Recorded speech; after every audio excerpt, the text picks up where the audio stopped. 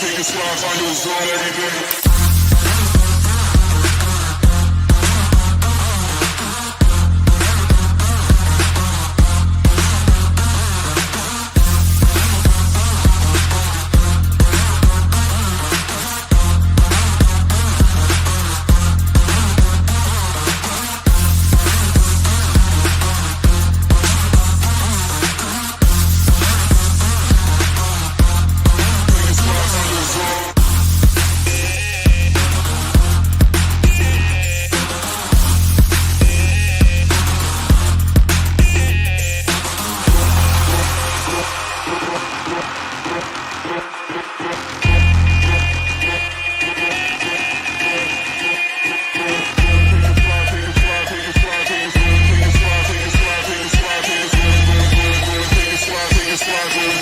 Find your zone every day.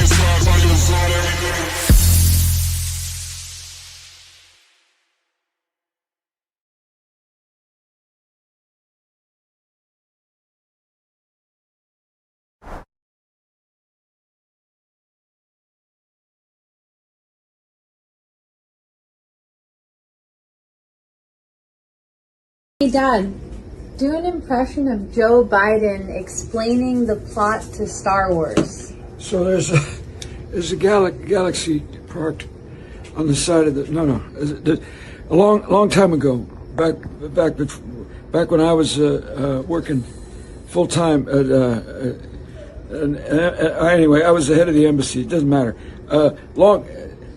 Far away, there was galaxy and there were robots, and the robots. They were not the droids you were looking for. These Nazi blood-sucking anti-American parasites that want to make you and your family slaves know that we are standing up against them, and we are red-blooded, and we are not slaves, and we are not bowing down to them. I'm not bowing down. I'm at the tip of the spear. I get death threats every day. And you know what? I am honored to be who I am. I'm honored to just be an average person that stood up 15 years ago and said, I'm going to defend the Republic. I'm going to defend the family. I'm going to defend the Second Amendment. I'm going to fight against abortion. I'm going to see what happens when I really take action. And we have laid waste to the enemy. If you simply unloose yourselves and become the leaders you are, we will sweep this scum into the gutter. We will defeat the New World Order. We will crush the tyranny. Second hour, straight ahead. Stay with us. And when I was like 12, 13, I was banging some of that black pussy. Because it's all pink in the middle. There you go. 12 or 13. What about Indian? Dan Merritt, yeah, good stuff. I never banged an Indian. But bend over right here. I'll fuck Hey, you can't tell me how cute I am. This might go down. I ain't into dudes, I'll be honest with you. But you do have pretty eyes. Bring me 15 hookers now and get the drugs ready and take me to the private island. Aren't born out of laying around on their asses. We've been born out of conquering a world. We're the dominant species. We built all this. We're powerful, and we're beautiful, and we're ready to build the next level of civilization in God's plan. But you must stop bowing to those who want to make you a victim. You must become the victor. If you love God and you want to build a pro-human future, then you are an enemy of the New World Order and Satanism. They want us shut down because we have the Spirit. I'm jacked into the source. I know the secret, and I want to see you empowered. But you have to believe in yourself first. This is the truth, and everyone knows it. The most popular of the three prequels. They make total sense. Emperor Palpatine was a little-known senator from Naboo, small planet. He finances terrorists to attack the planet. And then he plays victim and says that the pacifist Republic isn't doing enough to help him with the terrorist invasion, the Trade Federation invasion, even speak in Chinese accents. It's all geopolitical. And so, little aliens with Chinese accents. He then goes and complains and catapults himself in the crisis into the role of chancellor.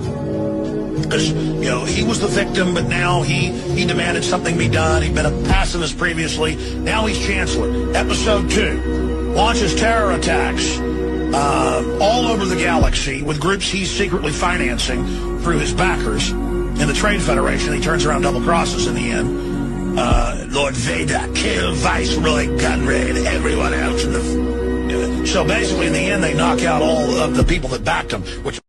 Listen, asshole. Listen, you son of a bitch. What the fuck's your problem? You get in my face with that, I'll beat your goddamn ass, you son of a bitch. You piece of shit. You fucking goddamn fucker. Listen, fuckhead, you have fucking crossed the line. Get that through your goddamn fucking head. Stop pushing your shit. Remembering how it felt after I hit 225 for the first time. I'm not gay no more. I am delivered. I don't like men no more. I said I like women. Women. I said women. I'm not gay. I would not date a man. I would not carry a purse. I would not put on makeup. I will. Corruption is not bad. Corruption is only bad if I'm not involved. Yes. But if I'm part of that corruption, I'll defend it. And ukiangalia hawa watu hapa, hakuna mwenye anaweza pita test ya corruption, including me. First, stop gambling, all right? You're one spin away from generational wealth. Your daughter's college tuition is one spin away. Put your life savings on black. Remember that. Just go to Vegas, and if you lose, just keep getting loans. Remember this. Just keep spinning, keep gambling, keep gambling. You can't lose. You literally can't lose. You can only quit. Nobody knows about that fucking degenerate life when you're fucking down 40,000 and you battle the fuck back. You say, you know what? I'm a fucking strong, independent man. And you're not gonna tell me I should go to bed. I'm gonna battle the fuck back. And I'm gonna fucking get my money back. And guess what? I got my motherfucking money back. That's right. But when you go all in on something, I would say that does take conviction. Now, your conviction might be... How many chairs are you sitting on right now? One. Are you all in on the chair? The point really is you put on one pair of glasses. You've got one pair of AirPods right now. You're looking at me through one screen. You're using one microphone. That's a one microphone. Like, you trust it? Is that conviction? Seems kind of scary. Why don't you diversify? Why don't you use 10 microphones? The point really is things in your life. Do you drive in 10 cars at the same time or one car at one time? Do you drive down one street? Aren't you afraid that you're driving down one street? Do you take a different way? So my point really is, if you're you get on one airplane, are you convicted? You put your entire family on the one airplane, aren't you afraid? There is no asset. Well, Bitcoin is the best crypto asset. Okay. What's the second best? There is no second best. There is no second best crypto asset. There's a crypto asset. It's called Bitcoin, right? Right? There's no second best. Okay. But take all your money, buy Bitcoin. Then take all your time, figure out how to borrow more money to buy more Bitcoin. Then take all your time and figure out what you can sell to buy Bitcoin. And if you absolutely love the thing that you don't want to sell it, go mortgage your house and buy Bitcoin with it. And if you've got a business that you love because your family works for the business that's in your family for 37 years and you can't bear to sell it, mortgage it, finance it, and convert the proceeds into the hardest money on earth.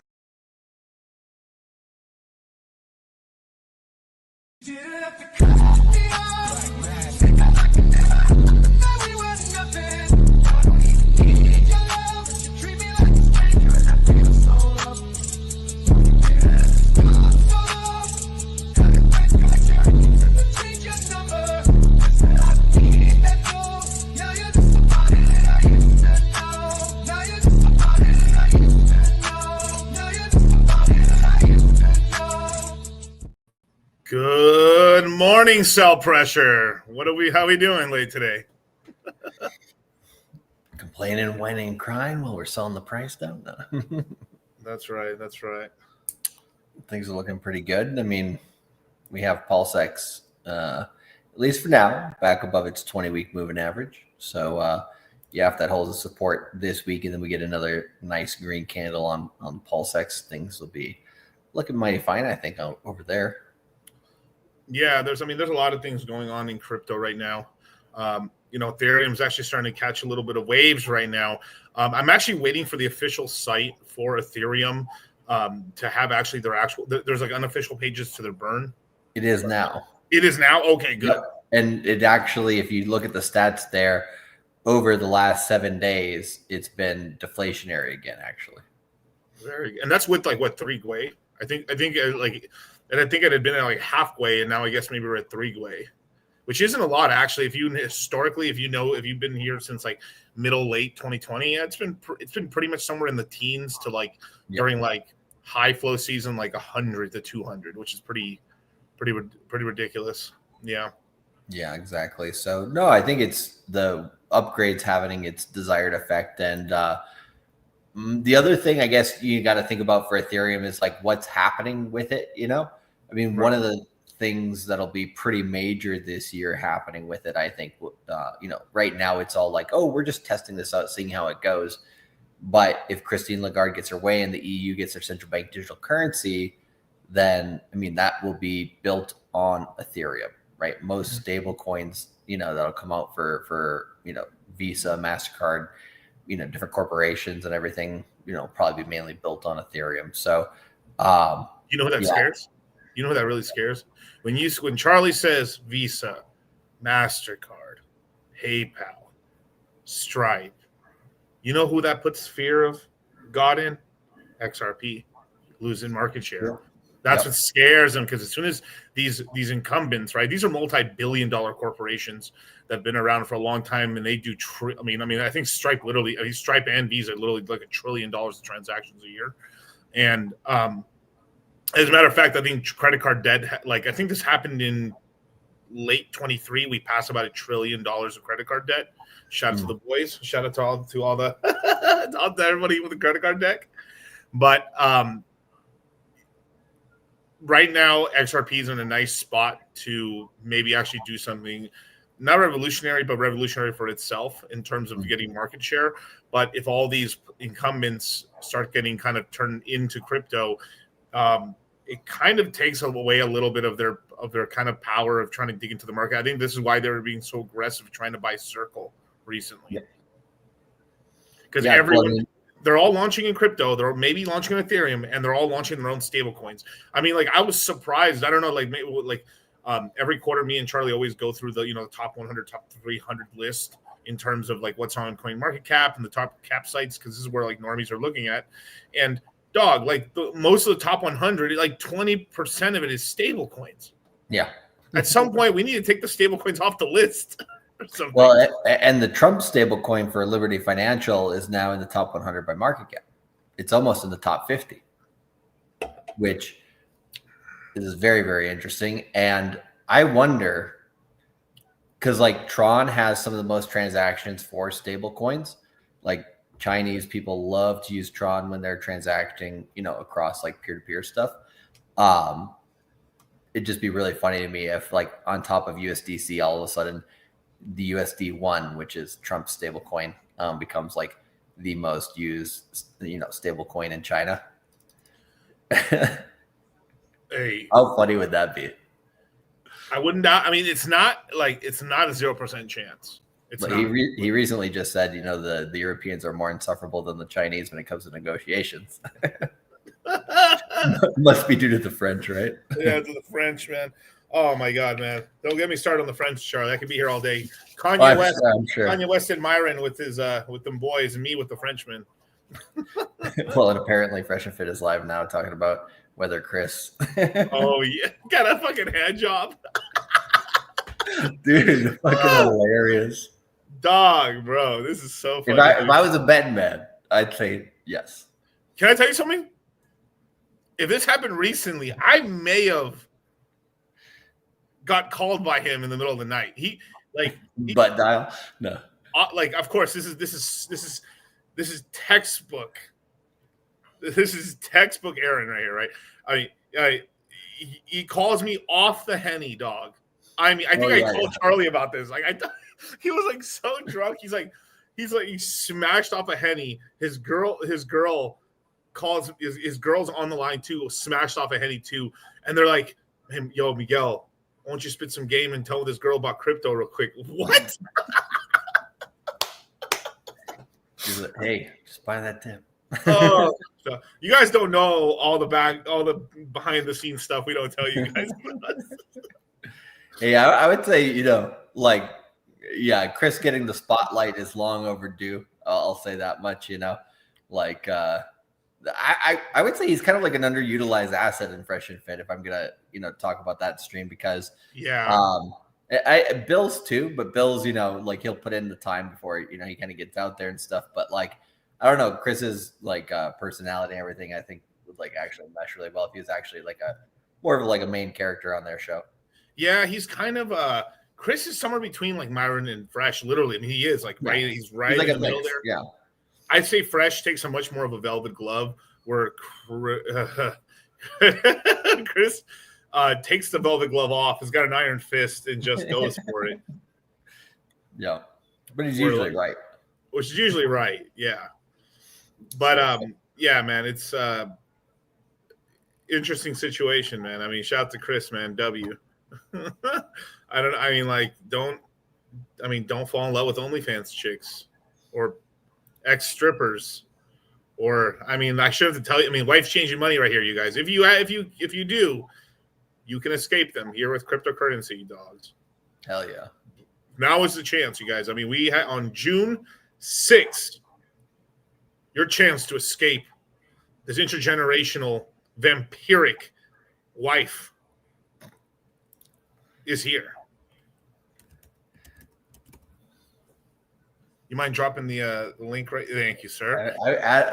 We have this telepathy going on, DZC. Like I already knew what you were thinking, so I just as we were going, it was just popping it in there. It's crazy, like also too, like obviously they're looking for drama too. Like, why would you live stream? Like, I think they're doing like a 12-hour live stream, 10 hours of which is them fighting. Yeah, I mean, it's clearly just like made up clickbait, but it's one of those things where it's like that fact alone was hilarious. She's like, "Why were you jerking Charlie off? Tell me why." Who gave you permission? The Chinatown aspect to it was fucking gold. Oh, no. Yeah. I would have believed it maybe a little bit more if it was what do you call it? What's that sushi place called? What do you mean? Oh, Blue Ribbon? No, in Miami. Oh, yeah. It's oh my god, I'm lagging on it right now. Yeah, I don't. But yeah, if they would have said it was in front of that one, I would have been like, oh shit, it's probably true. It's probably true and stuff like that. But man, the markets have been looking really good for this whole week. We've had a little bit of recovery. People have kind of come back a little bit now. Views are going up, right? Like people are like, oh man, hey Miguel, Charlie, I kind of missed the bottoms there. Not surprised. Not Komodo. It's not Komodo. Komodo's more of a, well, it is a little Japanese-esque and stuff, but it's kind of a nightclub. It's kind of a nightclub. Like once the restaurant closes, it turns into the nightclub. Yeah, that's just done. Yeah, like you said, it's a club, not a restaurant. But Moshi. Yeah, that's yeah, Moshi. Super famous spot in Miami, dog. Actually, really good sushi too. Very good. It's just people like hate money. If you want to make money in America, just be open from the hours of 11 in the night to like 11 in the morning. Seriously, and that's all you have to do. It's kind of crazy because like it's so much money. Literally, here's just restaurants only open at night. I mean, it's just incredible. It's just the options in Miami late night kind of limit itself once you get past 2 a.m. Same thing with Vegas. Vegas is like post COVID, Vegas is still not back up to the capacity. I managed only to be there for 1 year where Vegas had that like 24/7 nightlight, 24/7, and it's not back yet. It's almost. I don't think it will be. Don't say that, Charlie. Stop. Like not until like what do you call it? Once the average household savings in America is back to where it was in like 2021, Dog, that was pretty high though. That wasn't like 30%. That's pretty high. Yeah, that was very, very high. Like, I mean, maybe when it goes back towards that direction, I should say, maybe not that level exactly, but yeah, once it goes back towards that direction, because I think like right now, across most different fields and stuff like that, it's just people have less money to spend, and so they're being more picky and choosy with where they're going to put their capital, whether it's spending or investing and stuff like that. And so, yeah, any businesses over, until probably about 2028, once we get in there, I think we probably get another, I think Raoul Powell's trying to shift this narrative of like, hey, don't sell your Bitcoin at the top, because what if Wall Street and nation states are buying so much that we only get a 40% dip from top to bottom and not 70%? Because, hey, the trade might not be that easy this time. And I'm like, you know what? Even a 70% dip is still super easy, for most people who've been in crypto for a while.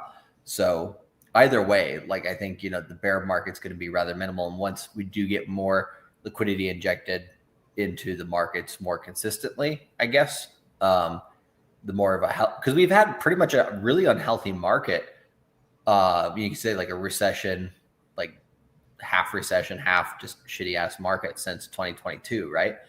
And so, yeah, I think like any businesses or investors or anybody who's made money during that time, like those are going to be the people in the groups that are like going to do really, really well when it comes towards the end of the decade. Because, yeah, I think we're going to get kind of sometime between 27 to 29, probably a better, overall economic situation.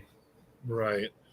I'm trying to find the post here, man. There's some sad shit that happened in Hex a little bit. I mean, this is a serious topic right here. I'll just change it up, but it has to do with life-changing money. We just had I don't think I've met the guy personally, but like there's somebody that recently he killed himself. Oh, that one. Yeah, I didn't know where you were going with that for a second. Then I was just reading Jack Napier's things, so I was going to laugh a bit. But like then we got all like super serious. Yeah, it has to do with life-changing money a little bit, right? I mean, yeah. If you don't allocate correctly, and it's like he basically lost his house, then lost his wife, and then he decided to kill himself. So what happened there? Like, was that like he was like all in on Pulse Chain or something, and like it hadn't come back, or he was like it was everything plus job market being soft. I think he may have lost his job. I think it was a perfect storm of everything, and like not when you DCA, I mean, yeah, sure, you risk it for the biscuit, but you make sure you have enough money to take care of everything else. Oh yeah, right. But at any point, it's now where it like Kanye West obviously flowing full Semitic here, to get his kids back. But so would I if I was trying to get my kids back. But the wife is replaceable. Oh yeah, it's replaceable. I mean, it's sad. I mean, don't like because then now if you have kids, you've now robbed your children too. You've now put it's terrible. It's terrible situation, you guys. I mean, and not only have you robbed them, but you've also, I mean, emotionally stunted them for a good chunk of time. Yeah. Like, where's the meme right here? Yeah, I was just like, damn, really? When I saw that tweet, I like wasn't sure, like, because there wasn't too much detail with it, but I was just like, damn, really? Because like, yeah, like any of those types of things, right? It's like, I guess there's two ways to look at it in terms of like mindset, right? Right. One, which is it's never worth it, right? Like whenever those situations happen, like basically you just gotta like start making goals for yourself, start making plans and stuff like that. And then once you start accomplishing them, like as long as you're trying to get better, things will get better basically. But then the other way to look at it is this is never like, Lord, give me a sign. This ain't it, dog. Like, was that guy? No. It's a popular meme. It's like, Lord, give me a sign, and his keys are a shadow of like some. Oh, Jesus Christ! but it's the truth. It's like don't do it. Don't do it. Right? Yeah. You might just be feeling sad this moment. You might just be like, this is why we talk. Yeah, we talk about the red pill, but he could have talked to somebody. He could have said, "Hey, you guys, I'm not in a good place right now." The community would have helped him 100%. I know the community would.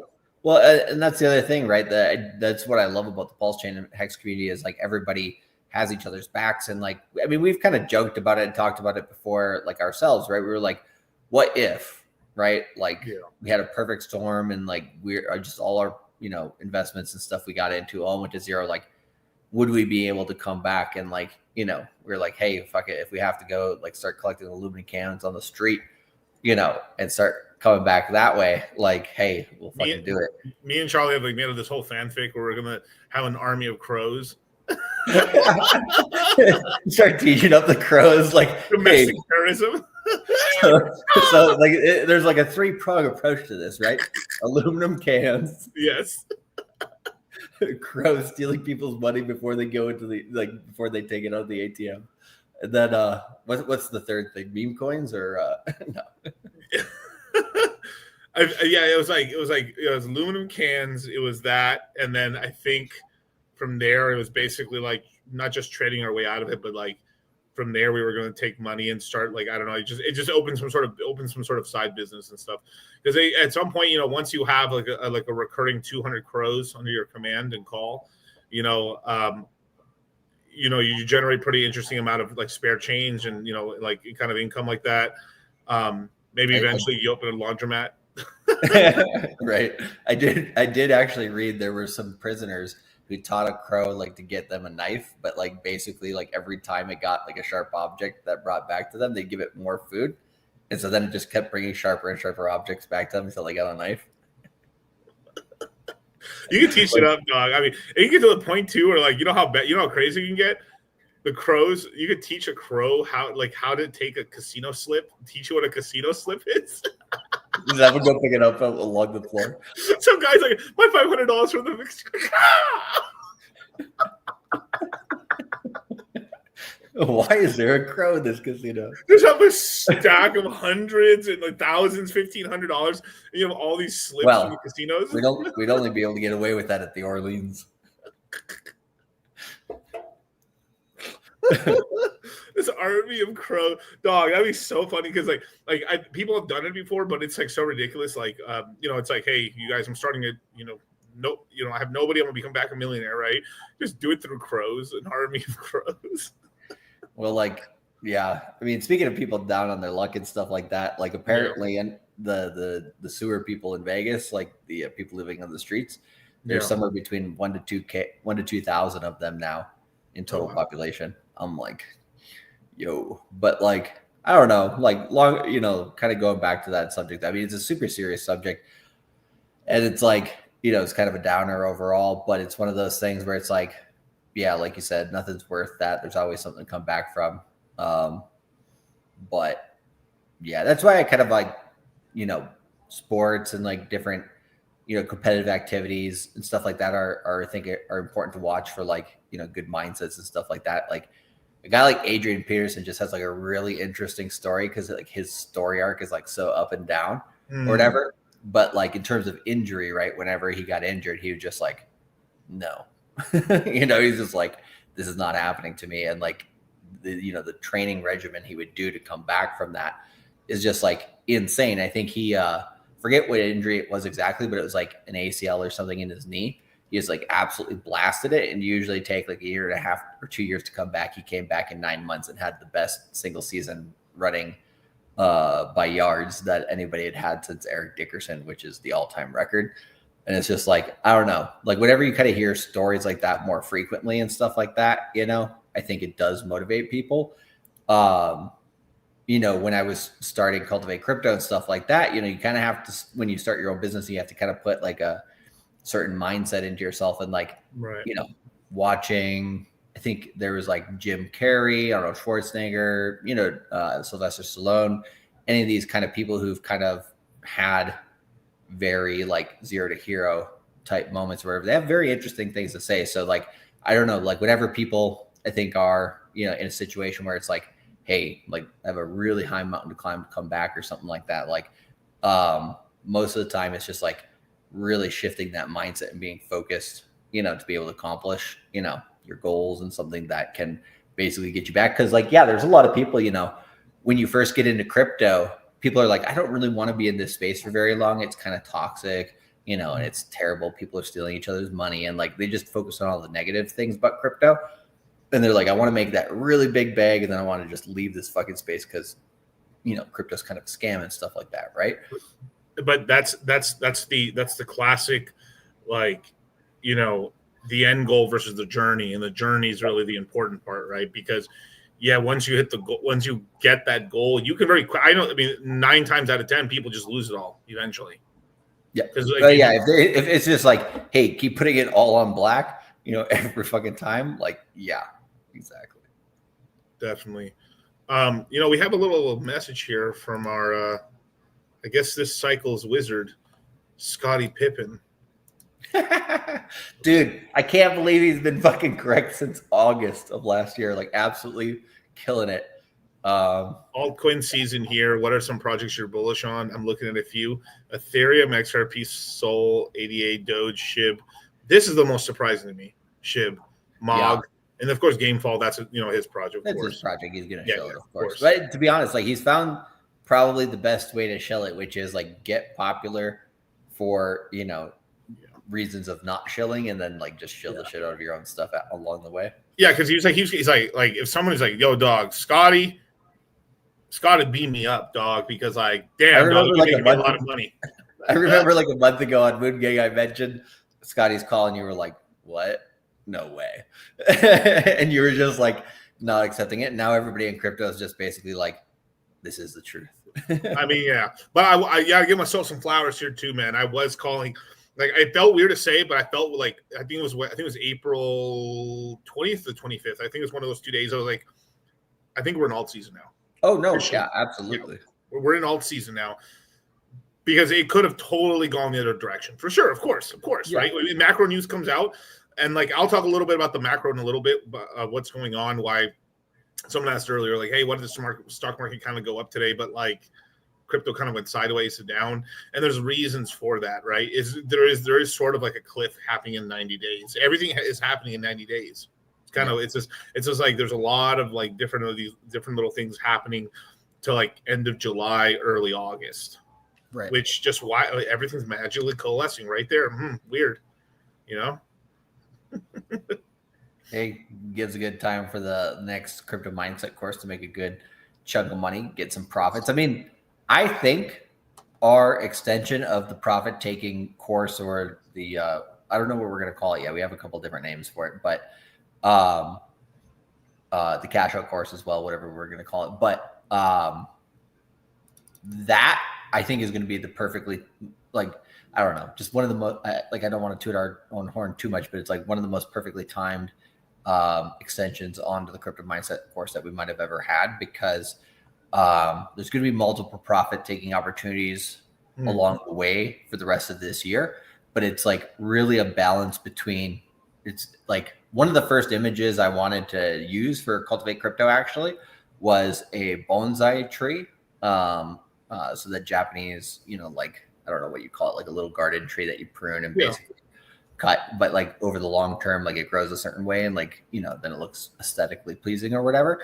So I was going to use that as an image, but it's a little bit too complicated. But the idea was, as the market in your portfolio grows, you kind of have to like trim a little here, trim a little there, adjust here, take profits here, buy a little bit more on the dip here. You have to have a little bit more of like a multifaceted strategy depending on like kind of where you started and where you're going and where the market is currently. So I don't know. I just think with that extension, we're going to have a lot of opportunity to talk about, okay, like what if you're a high net worth individual and you're, making hundreds of thousands or millions of dollars in this cycle? Like, how are you going to take profit differently than somebody who, just put $1,000 in the market like last week, now it's at 10,000. Like, how are they going to deal with that? Right? Like, there's totally different ways to kind of attack the market. So like, there's an overarching approach that you can have, but then there's also very specific to your, and there's a psychology to it as well. Like, I think I've said this in the past where like I had tried many times to, I mean, of course, like over the years, right? Everyone tries to get rich or tries to work as many hours as they can to save money, right? But it wasn't until like I try to use girls as a motivation, like, oh, I want to get rich, so I like get bitches, right? Wasn't enough. Oh, I want to do it because of this. It wasn't enough. It wasn't until like, hey, I want to make enough money so like, I can help my family out, and like, and it ultimately was freedom. Yeah. Freedom was like, that's kind of the beautiful thing is I don't know what I want the money for. Good. So you don't have to do nothing. which isn't true anyway, but it's sort of you're lying to yourself, but in a way, but it's your freedom to then find out and decide what you want to do and choose what you want to do. And I think that's the idea. You know, we joke about the wife changing money, you know, quote all the I'm time. not joking. Huh? Where is she? Where is she? No. But to be a cunt, it's Christmas. But like, no, it's one of those things where it's just like the ultimate idea behind it is freedom, right? Because there are a lot of people who kind of get into situations, whether it's with their job, their significant other, or anything that's kind of like a big impact on their life that they kind of hitch their wagon to too early or for not the right reasons or, you know, different things. And it's like sometimes just being able to come into, you know, work and just basically be like, yeah, I'm late. What you going to do about it, boss? You know, like sometimes, you know, even stuff like that, you know, that little bit of freedom is, you know, a luxury really don't have, or because they put themselves in just bad spots. You know what I mean? Right. Ship. What was a meme? Like ship at 80 cents. Is like, you better fucking watch the way you talk to me, dude. Like I'm gonna come in tomorrow. Do I have that? I still have that meme. I have it somewhere. It was like a classic one of where is it? Here. Where do we have it? I know it's a super classic when we use it. Do I not have it? Damn, that's crazy. Yeah, I may not have it anymore. Oh, okay, well, it is what it is. But yeah, it's basically that whole thing of like, you know, it's like, hey, you know that coin I talked to you about, Shiba Inu? Apparently, yeah, it hit this much, you know. Yeah, the Colin and Rich. Yeah, Colin and Rich. Yeah, I gotta hit up StreamYard, man. I've hit my limit. I can't have any more memes, so I've been kind of cultivate these memes. I need to tell them, hey, how much for 500? I need 500 slots. I hate limiting the memes, dog. Memes are the way. Yeah, I'm calling in Rich, you guys. But yeah, we've had a really decent recovery in Pulse Chain. BBC and 9 Inch are up today, mostly off of like there's going to be some new yield farms and some emissions that are coming out soon. That's good. Ethereum going up has really like brought a lot of projects back to life and stuff, and it's kind of like, oh my god, this pump wasn't just Solana pumping; it was Ethereum recovering a little bit. And even with Bitcoin, I mean, Bitcoin didn't go down that much. Bitcoin basically went down like $2,000, but like Ethereum kind of held itself up pretty well and didn't give back a lot of the gains, which is what surprised people. Yep. Which is really I do think a lot of people like looking at Ethereum becoming bullish again. Like there's a certain amount of people who had sold out of Ethereum along the way down or even at the bottom who are probably going to disgruntledly buy back, along the way up. So yeah, I think that's really interesting. There's been a lot of chasing from the exchanges of, different leverage positions. Like today's down move, you could argue, is just basically, them trying to liquidate leverage longs. And then if you look at some heat maps and stuff like that, like most of the leverage shorts right now are around like 106,000. So if those exchanges are going to go hunt those again, then basically they'll push price back up. But if you look at overall leverage in crypto right now, we're actually like kind of break even to some extent between longs and shorts, which means most of the up move that Bitcoin's had from 76,000 back to 100 or so has mainly been ETF inflows and retail not selling, and retail and the rest of the people kind of coming in a bit. And the fact that that's been done on no leverage means, well, they're going to allow leverage to come back into the system here, to get to new all-time, or to get, once we get past new all-time highs, it's just going to come naturally, and they're not going to want to stop that move. So as you kind of get leverage beefed up here, right, that's going to push price even higher, faster. So like we're already bullish just like on spot, which is crazy. I mean, look at all these inflows to L2s and L1s, right? I mean, this is all Ethereum stuff. I mean, Liz, there was 1.1 or maybe 1.2 billion dollars that was like bridged into Arbitrum, $500 million bridged into Ethereum. $129 million into base optimism. Most of this was all Ethereum based, basically, almost damn near all of it. And down, even Sonic got about $9 million, and Barachain, which I'm not surprised, lost about $800 million. That's mostly yield farm money. That yield farm money, I would imagine that was farming in that ecosystem just decided to go into Arbitrum and into Ethereum. Basically. Yeah. 800 billion. Can you imagine losing $800 million on your chain, Charlie, in one day? That's insane. Yikes. Right. But like Sonic had that really good deal with Mike Novogratz and Galaxy Digital to inject, it was just like $10 million. It wasn't a lot, but they get another cheerleader basically on their side that has a big media influence, which is kind of big too. Yeah. Zachary over here says, I was cultivating more ETH on the way down. Good. Perfect.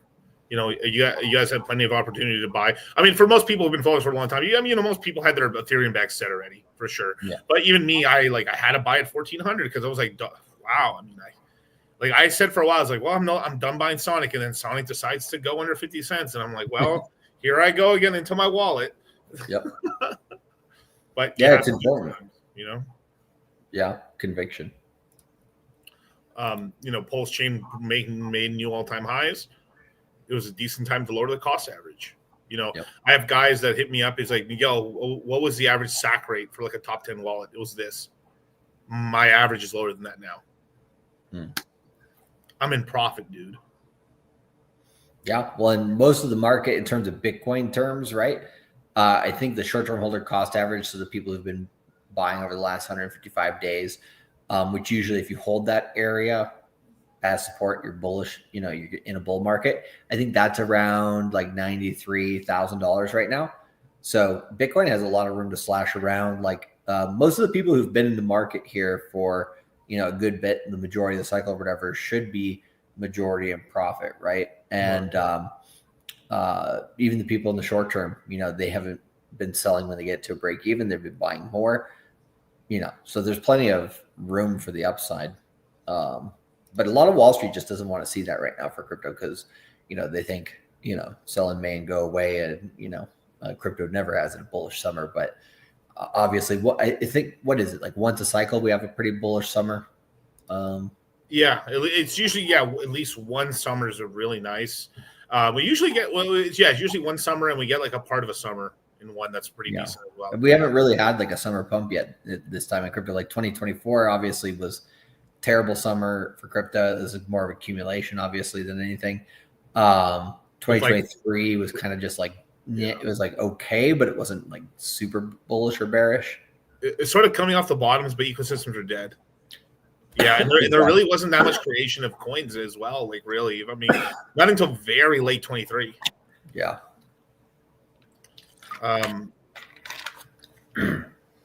Yeah, Art's over here. I was surprised how fast I broke even on my Pulse X investment. It's such a small pump.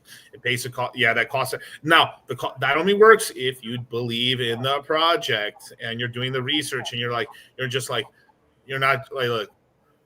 like, let me just keep throwing, like, let me just let this, like, there's a difference between an L1 or a main DEX versus like a GameFi token or like some really low cap token. It's like, hey, I'm going to keep DCA into Root Network. Or Gala or Alluvium, right?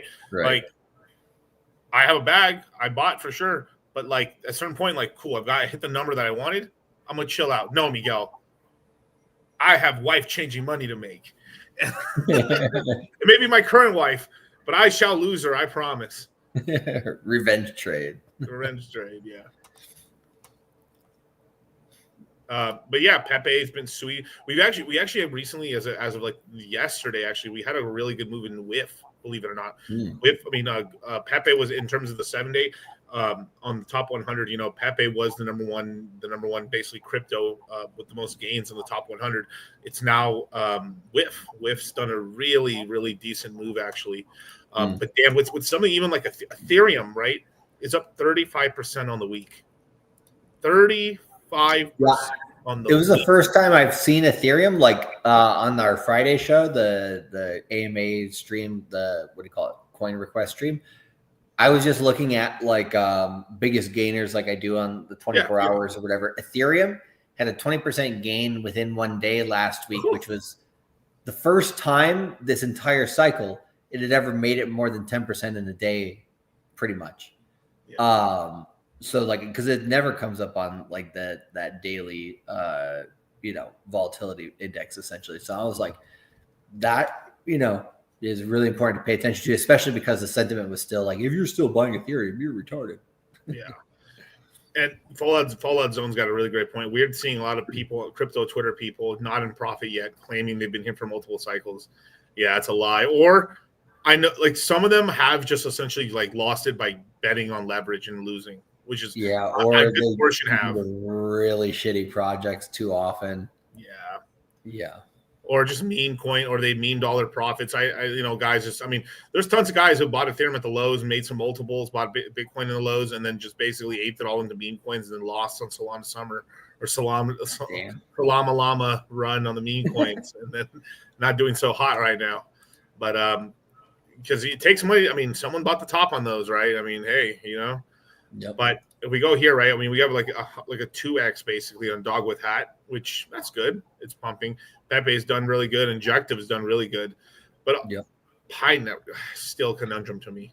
Well, Pi Network, if you look at the actual chart, is an absolutely trash chart, and it's like it just has come back a bit or whatever. But like Pi Network, the only thing Pi Network is good for is showing that normies may be here, because it's kind of like Ripple. Like every normie out there has heard of it practically, and you don't know why. So effectively, Pepe has done about a 2x over Ethereum gains. Floki, I mean, anything that's even 40% or less, it's barely done better than, like, if you haven't done in the last 7 days at least 35% equal to the move that Ethereum's done, you've fallen behind Ethereum. Obviously, Arbitrum has done that, but it has just kept up. Hasn't outpumped Ethereum, but just kept up. And a lot of this is just wrapped Ethereum. Like, look at the stuff below it. Like Rocket Pool, okay, 35, 34. I could even use 30%. Doge, 30%. That's not bad, right? This is near 30. That's decent, right? And then you start getting down here, and you're like, wow, things didn't keep up as much, for sure. I mean, so 20% sold 20%. Hey, I'll take it. But like, it's interesting to see like how, like, wow, this was a really nice Ethereum move, which is pretty good, basically. Yeah, hopefully it sticks, and if it keeps leading the market, then we timed the stream title last week perfectly. Market timing, Charlie. What's that? But yeah. Oh my God, what's all this? Yeah, the funny thing I was telling DCC prior to the stream was, we know retail's back because Google Trends is starting to show an uptick on Ethereum spelled ETHERIUM, which, anybody who doesn't know crypto always spells Ethereum that way. But I just thought that was a funny thing trending out of crypto Twitter right now. It's like, see, the normies are back. If you look at the data, it's technically true, but normally, spelled Ethereum is trending just as good, or actually better. But if you do go to that Ultrasound Money website, do you want me to give you the link to it? Yeah, please. I'll just throw that in the chat. Like Ethereum is actually deflationary again over the last 7 days or so, which they have another upgrade coming out in October. And I think that one's actually like more beefy in terms of like, what they're trying to do. Yeah. So like I think Ethereum, as long as it stays deflationary, it can make a really good move. I like this chart right here, Charlie. 6% on the. That's good, dude. That's awesome. If you press the 7 day up in the top right of that little section, it goes to the next highest time frame, which is that's 30 days. And so if you look at it since, press the last one there one more time. If you look at it since the merge, right, it was deflationary up until that spring of 24. And then it started getting inflationary again. So Ethereum really was keeping up with Bitcoin pretty okay in the first part of the cycle, but then it really started to lose market dominance right in last year. And if they start shifting that trend back down again, which over the last 7 and 30 days, it's looking pretty good in that direction, then Ethereum has a very good chance at outpacing.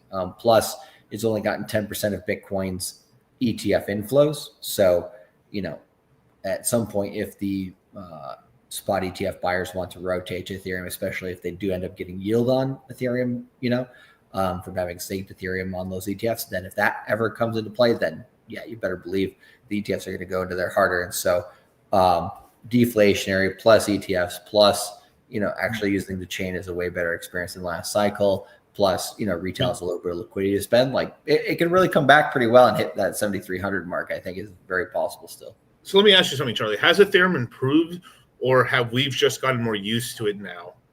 In terms of like our ability to because obviously we've been teaching it for years. We know how to move around. Worst case, it's like, oh, Right. fuck, the bridge I like doesn't work anymore. Let me use a different bridge. Let me just do a couple things to make sure it's safe. And then, all right, cool. Now it's safe. I'll use it. But do you think Ethereum overall has gotten better, or you think we have in crypto have just gotten more used to Ethereum-like projects? No, I would say it hasn't gotten better in terms of it's amazingly better to use. Where it's gotten better is if you were to have a large influx of population onto Ethereum now versus last cycle, it would have broke Ethereum last cycle. Fees would have gotten so ridiculous, it's just unusable, and people would just be like, what in the world is this crap? Versus now, if you get a large influx of people on Ethereum, yeah, it'll increase fees, of course, but it's not going to break the chain in terms of overall usage. People aren't going to stop using it because of fees. They've solved enough of the scalability issue that I think they've actually, for example, let's say you're in a, medium-sized town and you get your first 4-lane highway. Okay, that makes traffic better, right? But if you're okay, we're actually going to make it an 8-lane highway, and it's while yeah, traffic's non-existent anymore, but damn, did we really need that? That's kind of what Ethereum's done this cycle. Is it's gotten, way less congested, but in a way, it's not necessarily a ghost town because obviously it has way more usage than anything else in crypto. But what do you call it? It's just scaled more faster than it needed to, and that's what really hurt its tokenomics, especially with the L2s. So I think it is on a technical level better for a larger group of people to use now than it ever has been, but it might have scaled a little too fast for that. And so them in this update being okay, we're going to focus on tokenomics again and not just, user experience or, fees, that can then return the investors back to that portion of it. And that could be good for Wall Street. With Vitalik at the head of Ethereum, and stuff like that, to be honest, wouldn't be too shocked, and this is just total tinfoil hat shit, but I wouldn't be too shocked if they were hey, Vitalik, can you try to make it inflationary for the first portion of the cycle so we can focus on Bitcoin, and then yeah, we'll give you a last hurrah at the end if you make it deflationary again, and then we'll get into the ETFs. I don't know, I could see him making deals in the background because which of these founders, of any of these crypto coins or exchanges hasn't really gotten their anal probe from the US government, right? Vitalik is not gotten any of that, and he should, because he's been playing ball and exactly. I've said this, we've said this, and it's probably one of the few pet peeves I've ever had with believe it or not, Richard and stuff, because he straight up was telling me dog, you're crazy, dude. Government fucking talking to crypto founders. Damn, dog. No, but of course they have. Dog, of course they have. It's money. And is it a coincidence that all central bank digital currencies that we know of that are in creation right now are being built on Ethereum? Is it a coincidence Richard Hart doesn't like numerology? Is it? I don't think so. But someone else that doesn't like Richard Hart, apparently, Charlie. Dude, the KDP part was brutal. God damn, bro. Where the fuck is KDP to mark the top again? KDP will soon enough have enough money to pay him back. We cannot allow this. But yeah, perfect transition. Perfect segue. RIP my channel, yeah, basically. I think that one actually, I've played that once or twice with different versions or whatever. I think because the stuff gets changed so much, sometimes it doesn't hit copyright. So yeah, we'll have only one way to find out. 9. But it's crazy. I don't know. I will say this I'm a guy I'm fair is fair. Fair is fair. There's a lot of double standards out here. I'm not into hate and shit. You know, I don't like people, you know, fucking doing the N-word to people, especially if it means in hateful ways or people going after people just for, you know, that you can go after somebody for being a piece of shit and looking like a piece of shit, but not because that's what he is, like a race or anything like that, of race or whatever, religion or anything like that. But man, dog, the double standards I've seen with like people hating on the Kanye West stuff for lately have like really made me laugh. Oh my God, dude. It's so funny. Like what? Well, it's, you know, yeah, a lot of people in the Jewish community where they're like like Portnoy, right? Like Portnoy is the one guy that's like I'm gonna send a kid to Auschwitz to make you learn. Dog, you have a gambling website. You make all your money on fucking gambling. Nothing wrong. I mean, look, there's nothing wrong with gambling for fun and shit, right? And just a little bit, but like people can like lose their entire like lives in gambling addiction. Yep. You know, Well, and right now we're you know, the opioid like we're not like, am I gonna like I'm a profit maxi, so I'll make the money, right? But I'll try to make it in the best, squeakiest clean shoes I can. But like the new opioid epidemic is going to be the gambling epidemic, and we're into sports gambling, and that includes meme coins and everything else, scratchers and hex and pulse sports chain. Gambling is like the little catnip, I would say. Yeah, you know, it's like the easy one. Everybody can kind of get into. Everybody's paying attention a little bit. You know, hey, you know, I don't know, like ESPN and all these different the NFL and everything used to be so against it. And then all of a sudden one day when Vegas paid all the sports teams off and basically started getting all the sports teams now, except for like the NBA is the last one that they have to have. But apparently LeBron James has bought a house in Vegas somewhat recently as well. So interesting. But yeah, it's one of those things where it's like they were all against it until they're finally all invested in it. Exactly. I mean, like speaking of gambling right now, I have this video here as a joke, but like this is now obviously look, this guy like Togi or any of these other guys, right? They're doing it to be funny to get views, but there's always like 10% of the viewership that actually believes it. It's sort of like today on WWF World Federation Wrestling, we have two slobber knocker, you know, like whatever the fuck it is, right? Like this goth chick versus this perfect angel in My Little Pony Showdown match 360, you know, death match. Dog, you see the goth girl is going to fight the Hello Kitty girl? Yeah, dude, it's crazy how much they hate each other. They don't hate each other. It's funny. But like in gambling or any of this stuff, you have to do the same thing. Wife GG money. This is like outrage marketing, but it gets to the point where like, you know, like gambling's fun. I'm sorry. It is.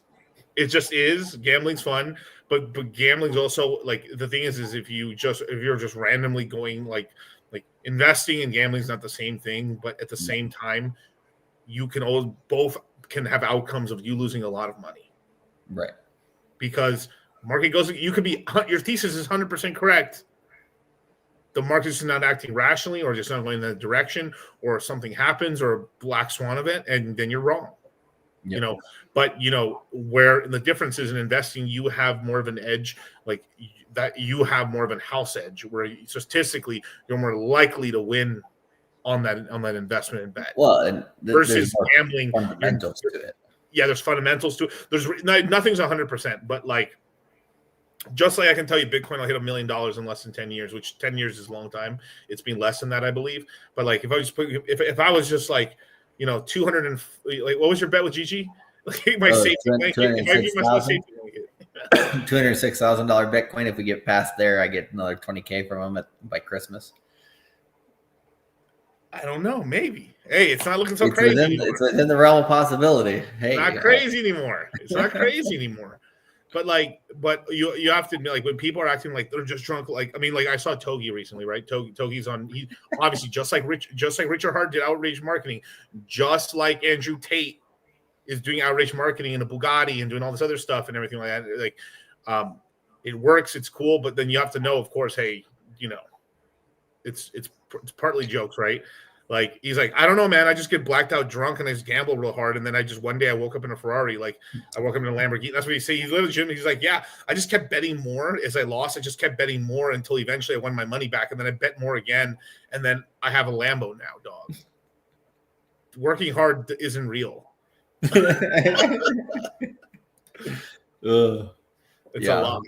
Well, and there's also the thing in crypto, right? The rising tide lifts all boats. Correct. As long as the boats don't have like a, what do you call it, like a gaping hole in the bottom that's like absolutely just like shipwrecked their thing. Like most of these projects on Solana, most of these projects on Ethereum, and other chains or whatever like that, as long as they haven't died, they're still building, they'll come back, right?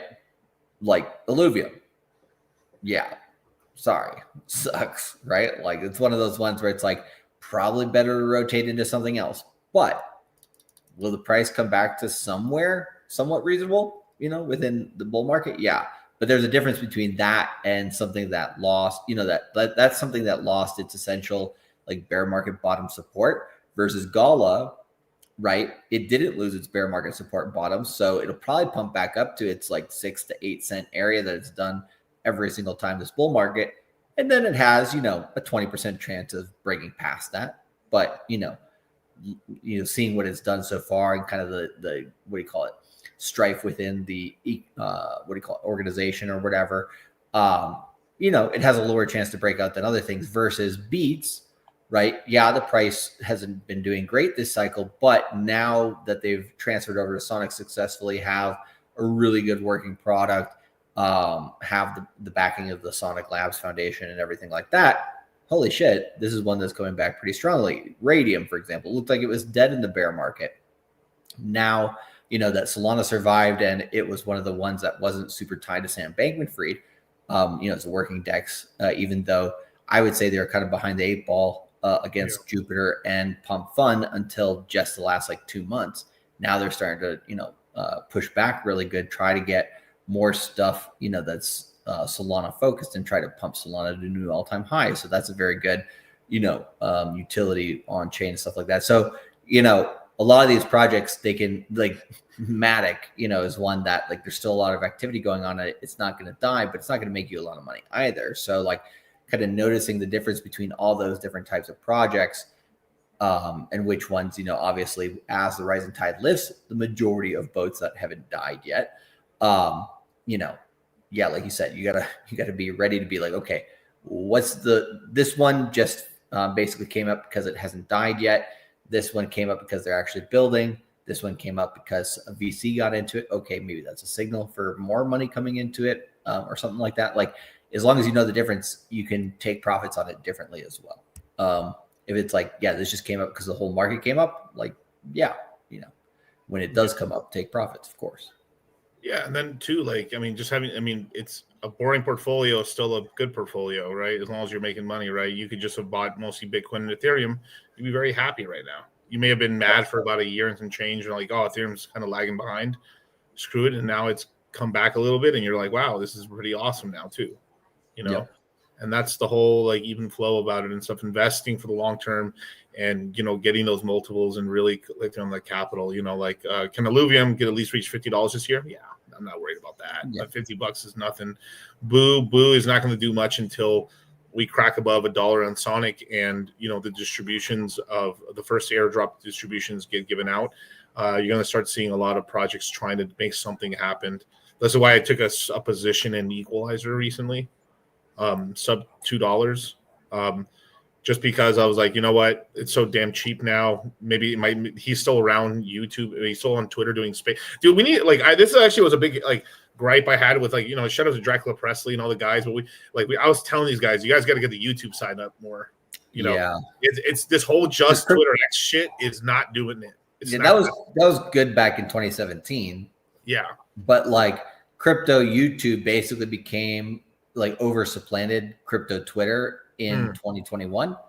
And then in the bear market, crypto Twitter, probably has a lot more diehards overall. So it's probably held up a lot better. But then people want, that face-to-face interaction, seemingly at least, that YouTube gives versus Twitter doesn't, right? And so, yeah, 100%, going forward, YouTube, what do you call it? Crypto YouTube is going to have a much bigger impact than crypto Twitter, but a lot of the chatter will never leave crypto Twitter. So it's one of these dual strategies where it's you have to have both, but if you have to choose one to be stronger on, you're probably going to get more impact on YouTube. Yeah, you can find more people who are actually in crypto already that are a little more advanced or at least been around for a few years, talking chit chat or possibly talking like alpha to each other or like, oh, I figured out this. That's what it's useful for. But a lot of times people are doing really well off. They just won't even tune in sometimes, and it's and I guess like the way I would put it in that sense then would be crypto Twitter is great for getting attention within the industry.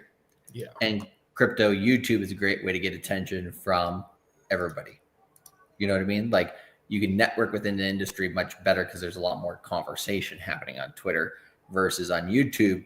You just get in front of a lot more people, and that's going to be newbies, it's going to be advanced people, stuff like that. It's really funny to me. I think there's got to be, some of these larger YouTube channels like Crypto Lark and others who are watching, for alpha, basically some of the smaller crypto YouTube channels because they haven't been putting in the work. They've been getting paid sponsorships. They get a little lazy, right? And it's like the up and coming YouTube channels, that are around, like I would say 25 to 100K subscribers. Those usually have some of the best information. And I think we saw some of these signs last cycle. You start seeing some of the larger accounts start copying the smaller accounts on YouTube, which is, in terms of like the narrative and stuff like that, which I find kind of funny. Yeah. Of course. And it's just, because, it's no. So, it's obviously like, because, I mean, you guys have to know your set point, right? If you guys are rating like most crypto projects versus like Hex, you have to understand Hex, just from the creation of it, is a very live stream heavy, YouTube personality heavy chain. Like it punches so above its weight class. It's like there's almost no competition. There's only more Bitcoin YouTubers, or at least people talking about Bitcoin. Not like I would say there's probably even more direct. It's possible that you have more direct Hex influencers making things about Hex and Pulse Chain than you have people just straight up only like, hey, I have a YouTube channel only about Bitcoin. But for sure. But from there, you also have more people that are like, hey, I'm a Bitcoiner and I support Bitcoin and I make a video here. Like you obviously the Bitcoin community is much larger for sure. Yeah. But like there's more people talking about than Ethereum. I mean, any chain, it's kind of crazy. Like I could probably add up like 5 L1s together and we still have more YouTuber power. So that's why I have to rate everything on a curve, because like the Hex and Pulse Chain community is in a different league unto its own when it comes to that marketing arm. Yeah. And the fact that Hex and Pulse Chain and PulseX and all the Richard projects can now say like, hey, we're, besides Bitcoin and maybe Tonecoin, we're like pretty much they're the only L1 out here, for sure, that has total legal clarity. That's a huge, feather in the cap, I would say, for the community. And so, once we do kind of get to new all-time highs and everything like that, all that kind of build up of community and stuff like that will kind of finally burst. And, the next thing akin to a Hex Flex, whatever it ends up being, this cycle will be very entertaining. And it'll definitely, there's going to be people on crypto Twitter and YouTube crypto that'll be like, do I have to see this? And then it's just going to be so salty, bro. It's the Hex Flex, dog. I mean, it was so apparent, the Hex Flex. Dang it. 2020. Man. But it is the best community for sure. But yeah, Sonic is very good at doing space. But this is a chastise. I mean, I chastise all the other communities as well. But like stuff like, so like they need to get off of Twitter a little bit, or at least just start getting our Twitter community to watch them on YouTube a little bit more, which then helps viewership and then could help them find, because this is one thing that helped Sonic out a lot last cycle, which when it was Phantom, was that you had Phantom alerts and you had a lot of people viewing those videos at the time in tutorials and stuff, and then there was a whole YouTube like watching community that essentially died with the death of kind of like Phantom alerts. Right. And now the torch has been given over here, and then now it's these guys here with like good morning cell pressure, right? Like good morning, Sonic. But they're just starting it off, because I remember watching when I first found like Phantom alerts. I told the guys about it back in the day, and like they were getting no views at all until they were. a lot because the chain was on fire at the time. So then Right. I remember like even if, no matter how good or how bad, the video was getting 40,000 views per video on a channel that was getting like a couple hundred. That's, you know, it's massive. Well, and that's the other thing I would think that a lot of token specific channels like kind of fail to do. They just rely on the chain to go up to bring them viewership instead of like going out to new viewership areas, like trying to do like cross collaborations, you know, on areas that are, you know, still like, because like, can you imagine the kind of like if people from Phantom Sonic, you know, back at the beginning of the cycle in 23 had been building up like this huge group of people outside of crypto that were like, oh shit, my first interaction with crypto is actually Phantom Sonic, right? Then by now they'd actually have a huge foundation base to build on, and then they'd be getting big. I mean, if you look at how we kind of built the Moongang and my channel and everything like that, and your channel, you know, we started when it wasn't popular, when nobody was talking about it. And that's what people in crypto never want to do. They never want to, they want to stay within their bubble, right? They don't want to be like, hey, I need to like get to a new audience. And then on top of that, you know, I need to, what do you call it? Do a few different things, you know, when it's not popular in the bear market in terms of YouTube. Cause I think it's easy for people to kind of get, what do you call it? Dissuaded from doing YouTube. Cause it is kind of deflating when, you know, you only have a few viewers or stuff like that. Like people are like, oh damn. Like that's where we all start at. Yeah. And they're like, it's like, really worth it? But yeah, it does build up. And so shout out to DJ and Roundtable and Twinkie and Boogie and stuff for, you know, building up their stuff because they do it when it's not popular. And that's really how you build up a solid foundation that where you can explode. But the problem with people in crypto when it comes to business is they tend to only build when it's super hot and popular.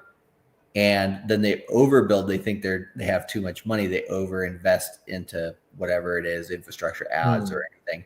And then when the bear market comes, they're, you know, ass over tits and basically upside down, and they can't do anything. And then they get bankrupt, and they're like, rage quit. You know, I think CZ has pretty much the best strategy for building out in crypto, which is at the end of a bear market or towards a Bitcoin 4-year cycle bottom. That's where you know how much money you have. And so then you can start building and spending there. But that's people that it's the same thing as buying high and selling low. People want to, you know, get popular when crypto's popular, but they have no base. Like, so it's kind of like you're building a city on top of a marsh, you know, yeah, you can build it and it can do all right, but it's probably going to start sinking, you know, if you haven't reinforced it properly. So yeah, time in the market, right? Yeah, exactly. Also, Phantom Alerts was also like it was getting money from the foundation and like some whales to support it to let it become as big as it did, basically. So it wasn't just like, hey, we're going to talk about Sonic just because we like it. No, there's extra stuff and there's a contract to put it out there, but it's needed definitely. Yeah. Did we hit up any of the super chats yet? I think there's good. Not yet. Yeah, we can get into them right now. We got Christian with the $10 super chat. How's it going? Bought in the dip, not enough. Should I buy more before everything goes up, or should I wait for another dip? I have 10K to spend. Sui Solana is still good to buy now, or Sonic. How do I buy Sonic? So definitely, man. Can you put the link again for for him to leave his email address and stuff like that? So the next crypto mindset course is going to live June 6th. So less than a month from now. And I would definitely tell you to sign up to the course. We're going to be talking about where to distribute the money and stuff like that, but like definitely do your regular DCAs. You're definitely safe to DCA now. Obviously, if it's like the most green candle day possible, don't buy. Wait until the next day when it comes down. Like today, we had a little bit of a come down on the projects and stuff. Yeah, you can buy it on Sonic, Crypto.com are the main two right now. There's also other ones, but in terms of like ease of use, I would probably say Crypto.com and Kraken for your best resources to buy. Sui Solana, Sonic, I call it the SSS, the Hail Pepe. Very good portfolio. That's kind of a portfolio that I came up with. The box, or should I call it the fourth Reich? They're going to call it the fourth turning. The fourth turning, yeah. Call it the fourth turning. My little SS Super Soldier Pepe portfolio, but like you get some Pepe in there for for a meme coin allocation, because you need, like, this is a cycle where I think meme coins really became legitimate industry, like it's a better option. It's like an absolute now. It's a better option than NFTs, right? Yes. So everybody was like, hey, we want NFTs, all this stuff, but it's not liquid enough. So what's the next best thing that we can do this cycle? Hey, meme coins, right? And so, yeah, it has kept the market afloat. The one thing I would say about Sonic Sui Soul is that, you know, when we're looking at targets of where we're going, Sonic is really the laggard, which is a good thing, which means you can continue to buy more of it, right? And Sui, Solana's kind of moving along with everything else, and Sui is kind of one of the front runners because it is getting a little bit more, advertising put out there by its VCs and stuff like that. So in terms of X's of where we're going, once we get past $4 Sui, I'm like, okay, Sui sub-ecosystem coins maybe, right? But after that, like, hopefully you have your bag if you're trying to be here for, you know, the majority of this year. Of course, people coming into the market later, you know, it's still a good thing to get. It's still like, because you have more of a guaranteed upside, you know, with these three than a lot of other projects. But that being said, I would say, you know, if hopefully, you know, rush to get your bag of Sui if you haven't gotten it as much as you want. Sonic, basically the numbers on each of them, right, are like, I would say like ETH past 2,700, right? It starts to get away from you. Sonic past 65 cents, it starts to get away from you. Sui past $4 starts to get away from you. And Solana past maybe about 230. Well, no, I mean, Solana is a kind of a tricky one. Depends on how long you've been in the market. But past 230, it definitely gets away from you. But even past 200, it starts to get away from you. So each of those, because if you're not careful, Renegals will just keep getting you to like its all-time high. Like, as long as you're buying below $300, you're fine. But then it's like, that's not enough X's, you know. It's like exactly. And so, like, you know, like for Solana, for example, the amount of X's that are left in it, it's like, well, you know, if you want more beta, if you want more volatility, then, you know, buy Radium instead, you know, or at least mix it up with that. That's kind of what you're having to do with Sui, with Citizen Deep now. With Sonic, you don't have to go too much sub-ecosystem coins yet because the main L1's still at a good discount. Same with Ethereum, but, you know, those may not last too long. And so, yeah, just make sure, you know, like you've said before with Illuvium, right? Like, once you got your bag, stop, you know, or once the market gets a bit past you, you know, you can start slowing down a bit. Definitely, man. And for you guys, like Charlie just put the link down here. Just leave your best email address right here. How to stop with the doubt. You can win with crypto now. Put your email address ain't gonna cost you a thing, but possibly can save your life. Life changing money is here, you guys. Hey, instead of having to wake up every morning to that what do you call it? Just basically, she wakes up with no makeup on and she starts like, what do you call it? Nagging you and shit. It's like, instead of having to wake up next to that. You know, wake up with a woman of your choice. Yeah, exactly right. But if you scroll all the way to the bottom, there's the dates on there.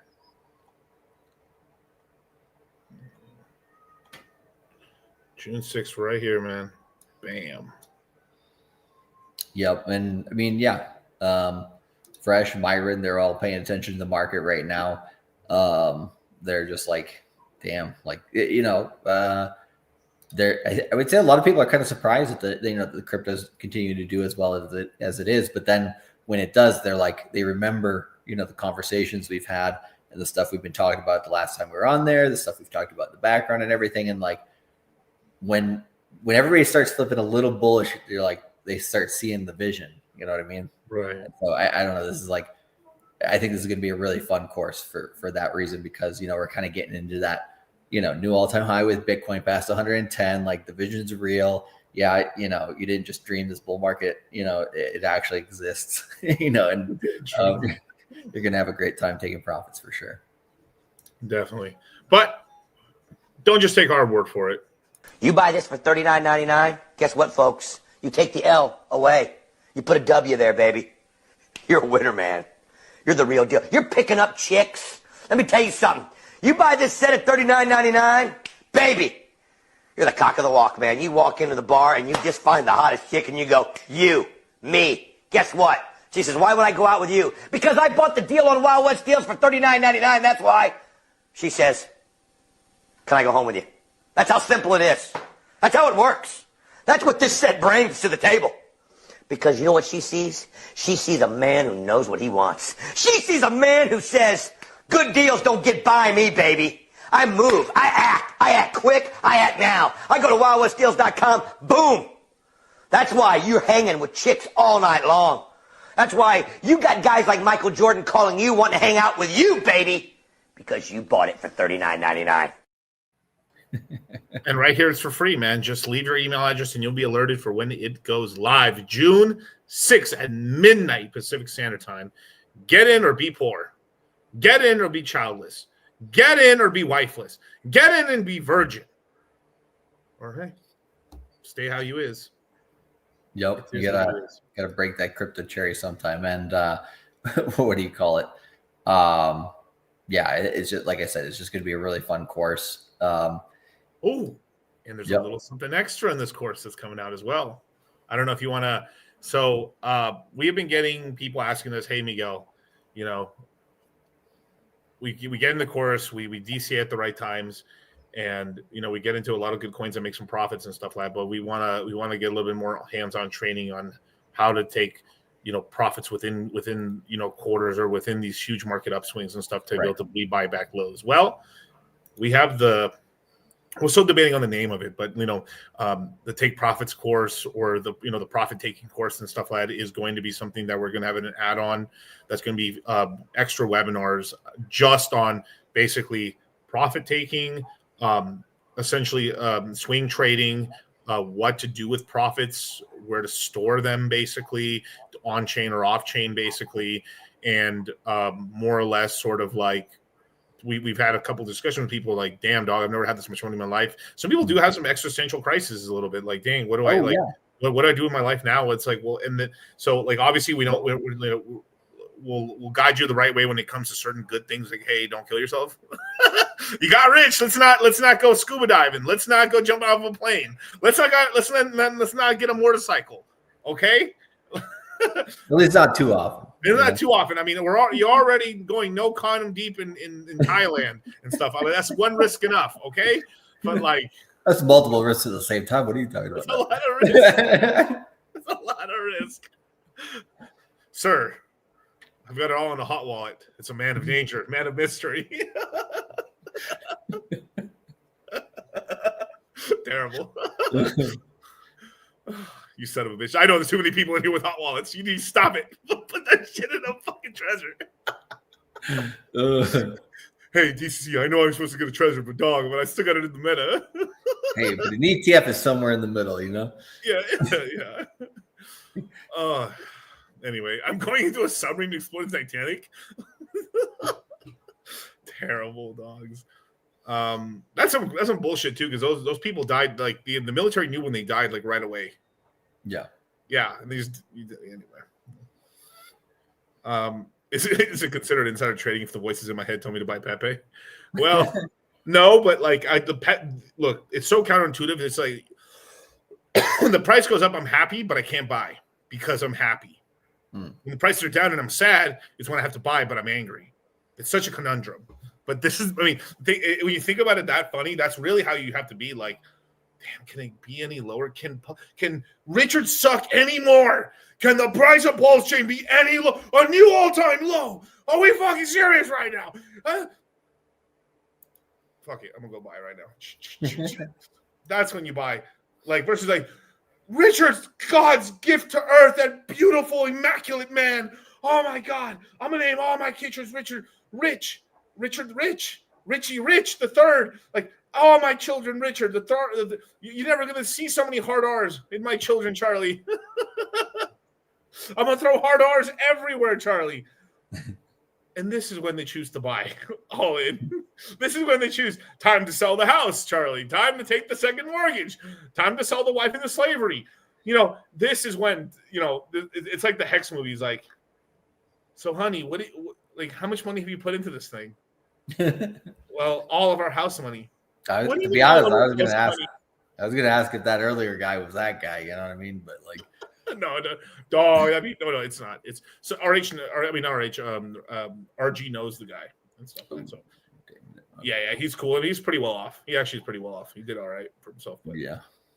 Yeah, I'm buying in on hard R. But yeah, let's get some super chats and let's look at some charts real quick and stuff as well. So yeah, thank you so much, Crypto Boogeyman. What's up, monkeys? What's up, dude? Pablo Hexobar. That's a good name. So Chris is the beat pulse chain needs. Okay. Chris with the $5 super chat. I have a good amount of Doge. You guys seem to be more of a play late. Consider rotating other plays now, then rotate back later. So okay, you have to understand we're on the cycle. So if you've already had this crypto you have to understand if you're not U.S. based, you're Puerto Rico based, or you don't have to worry about taxes, then cool, that's one discussion. But we're getting close in the cycle where we have to be very careful rotating 100% out of positions because you have to sometimes you have to sell is where you have to sell. And I'd rather sell with long-term capital gains versus short-term capital gains. If I'm being 100% honest, because once you've gotten bit by the fucking tax bug, it's not fun, at all. And so I want to give these fucking cocksuckers the least amount of money as fucking possible. As a magic, if I give them zero, I would give them zero. Oh yeah, if we get to give them negative money, hey, even better. As a matter of fact, you owe me money, motherfucker. Right. Do you know how many people I'm telling to pay taxes? Do you know how many people? Where's my referral fee, Charlie? Where's my referral fee? But so I like Doge. Doge will be getting before the end of this year. We'll be getting an ETF. It's very likely that could be the meme coin top with Doge getting an ETF. I've been saying it for at least since last year. That being a very large possibility, and the way things are kind of moving around, it's very possible maybe we get in August. I heard it was coming out in July. I think it looked. If you're max possibility, max probability, or whatever, I would say October, November, slam dunk. But yeah, could be middle of summer for some things, depending on how they get pushed. Because it's an older one, and it's there's going to be very little pushback on it, other than it's just we haven't broke that. I think they're working on the Ethereum ETFs, which need to be fixed. We need an Ethereum ETF that pays dividend yield, which is basically staking rewards, which is good. That'd be nice. And I think that would maybe, instead of it being 10% of the inflows of Bitcoin, maybe 15, maybe 20. That's substantial. Yep. And if the buy and burn can keep up, let's just say maybe we can keep it 10%. Who knows? Because right now we're burning 6% a year right now, if it maintains right now currently at 2 Gwei. 2. Where's it going to be at 50 or 100? When it's very Gwei, it's time to sell. Yeah. So Pepe's a little more volatile, right? Obviously, you've seen it's outpumped Doge, right? Of course. That's why I've always bet heavier on that one. But I'm holding my two main meme coins legitimately are it's Pepe. Super standard deviations larger than my Doge bag, but Doge bag is my second biggest. And then I have other meme coin bags on Solana and other ones as well, and then Pulse Chain as well. So but Pepe is by and far my main meme coin position this cycle. So I like it. But if you need to take a little bit of that Doge in order to build yourself an L1 position, maybe some Sui, maybe some Sonic, I understand that, but I wouldn't sell the whole bag. Yeah, for sure. And I'm just gonna call it now. I'm gonna say the Warriors are cooked. They're down by 10, 15 points going towards the end of the third quarter. Wolves are up 2-1 in the series out of a 7-game series, and I'm out of here, Charlie. Later. We're about to just get the Curryless Warriors out of the building. So next game's in Minnesota. I don't know. We're better than them in the fourth quarter. We got this one on lock. Gonna knock on wood just so I don't jinx it. But Large says, yeah, because he's a Warriors fan. He says, as soon as I said something. Yeah. It happens. It happens. And but so he got hurt on hamstring? Curry? Yeah, Curry's out probably for the whole series because of his hamstring and stuff like that. Wow. So they were very good with defense. As long as the game was under 90 points, I would say the Warriors had the better chance because we both have really good defenses. But what do you call it? They were very suffocating underneath that level. But once we get towards 100 points, basically we outscore them. We're faster than them without Curry because Curry's their more agile guy and everything like that. So they got Jimmy Butler, but he's not as fast as us. And Butler used to be a wolf or whatever, but then he left when it was like Ant and Carl Anthony Towns, which he was like, no, they can't win anything or whatever. And now Carl Anthony Towns is in bringing the New York Knicks past the Celtics, who are like the #1 seed in the East. And then we have Anthony Edwards over here in the West. Like, it would be crazy. Like, if it was like Ant versus Cat for the fucking finals, bro, like that'd be crazy. But yeah, Butler's, he had to leave Miami to try to find a better spot. He's still going to get kicked out. So, hey. Yeah, for sure. I mean, I think you're right on it right now, but I wouldn't fade Jordan's son, Apparently he's got a few. Apparently he's got a few. Yeah, apparently. Let's see. So here we got Compton 310 with the $5 super chat. What's up, you guys? Question: is it too late to buy Sonic? Is there a Sonic wallet I can transfer it from crypto? I'm guessing crypto.com. Yeah, MetaMask. Yeah, MetaMask will work. It's not too late. As long as you're buying Sonic under $1, you're golden. You really are. It's just like where I get uncomfortable for this. Like, guys who are here right now. What is it? May 12th, 2025. It's still under $1. This is where the multiples are. I mean, it's almost 2 for $1 almost. I mean, it's almost Sonic. I would say out of any L1 in all of crypto is the best deal right now. Yeah, like absolutely. But I would have said Pulse Chain like a few weeks ago, but like it's right now it's Sonic for sure. Yeah. The funny thing I would say about crypto.com and everything is, like, when you hear them talk about crypto.com arena in LA and everything like that, they just say crypto. They don't say crypto.com. So it's like kind of a good boon for the whole industry a little bit. Yeah. Is goggles in your top 5 memes? Yes. Goggles is my top 5 memes. I have a lot of goggles. You guys have been yield farming it, and I've been building up both an LP position in goggles as well as a liquid position in goggles, because impermanent loss is a bitch. I've got so much. I'm so rich in Sonic now, Charlie. But like my goggles, I had so much goggles, and not so much anymore. But I turned them all in for real Gucci goggles. Gucci goggles, I know. I found them, dude. They were underneath my desk chair.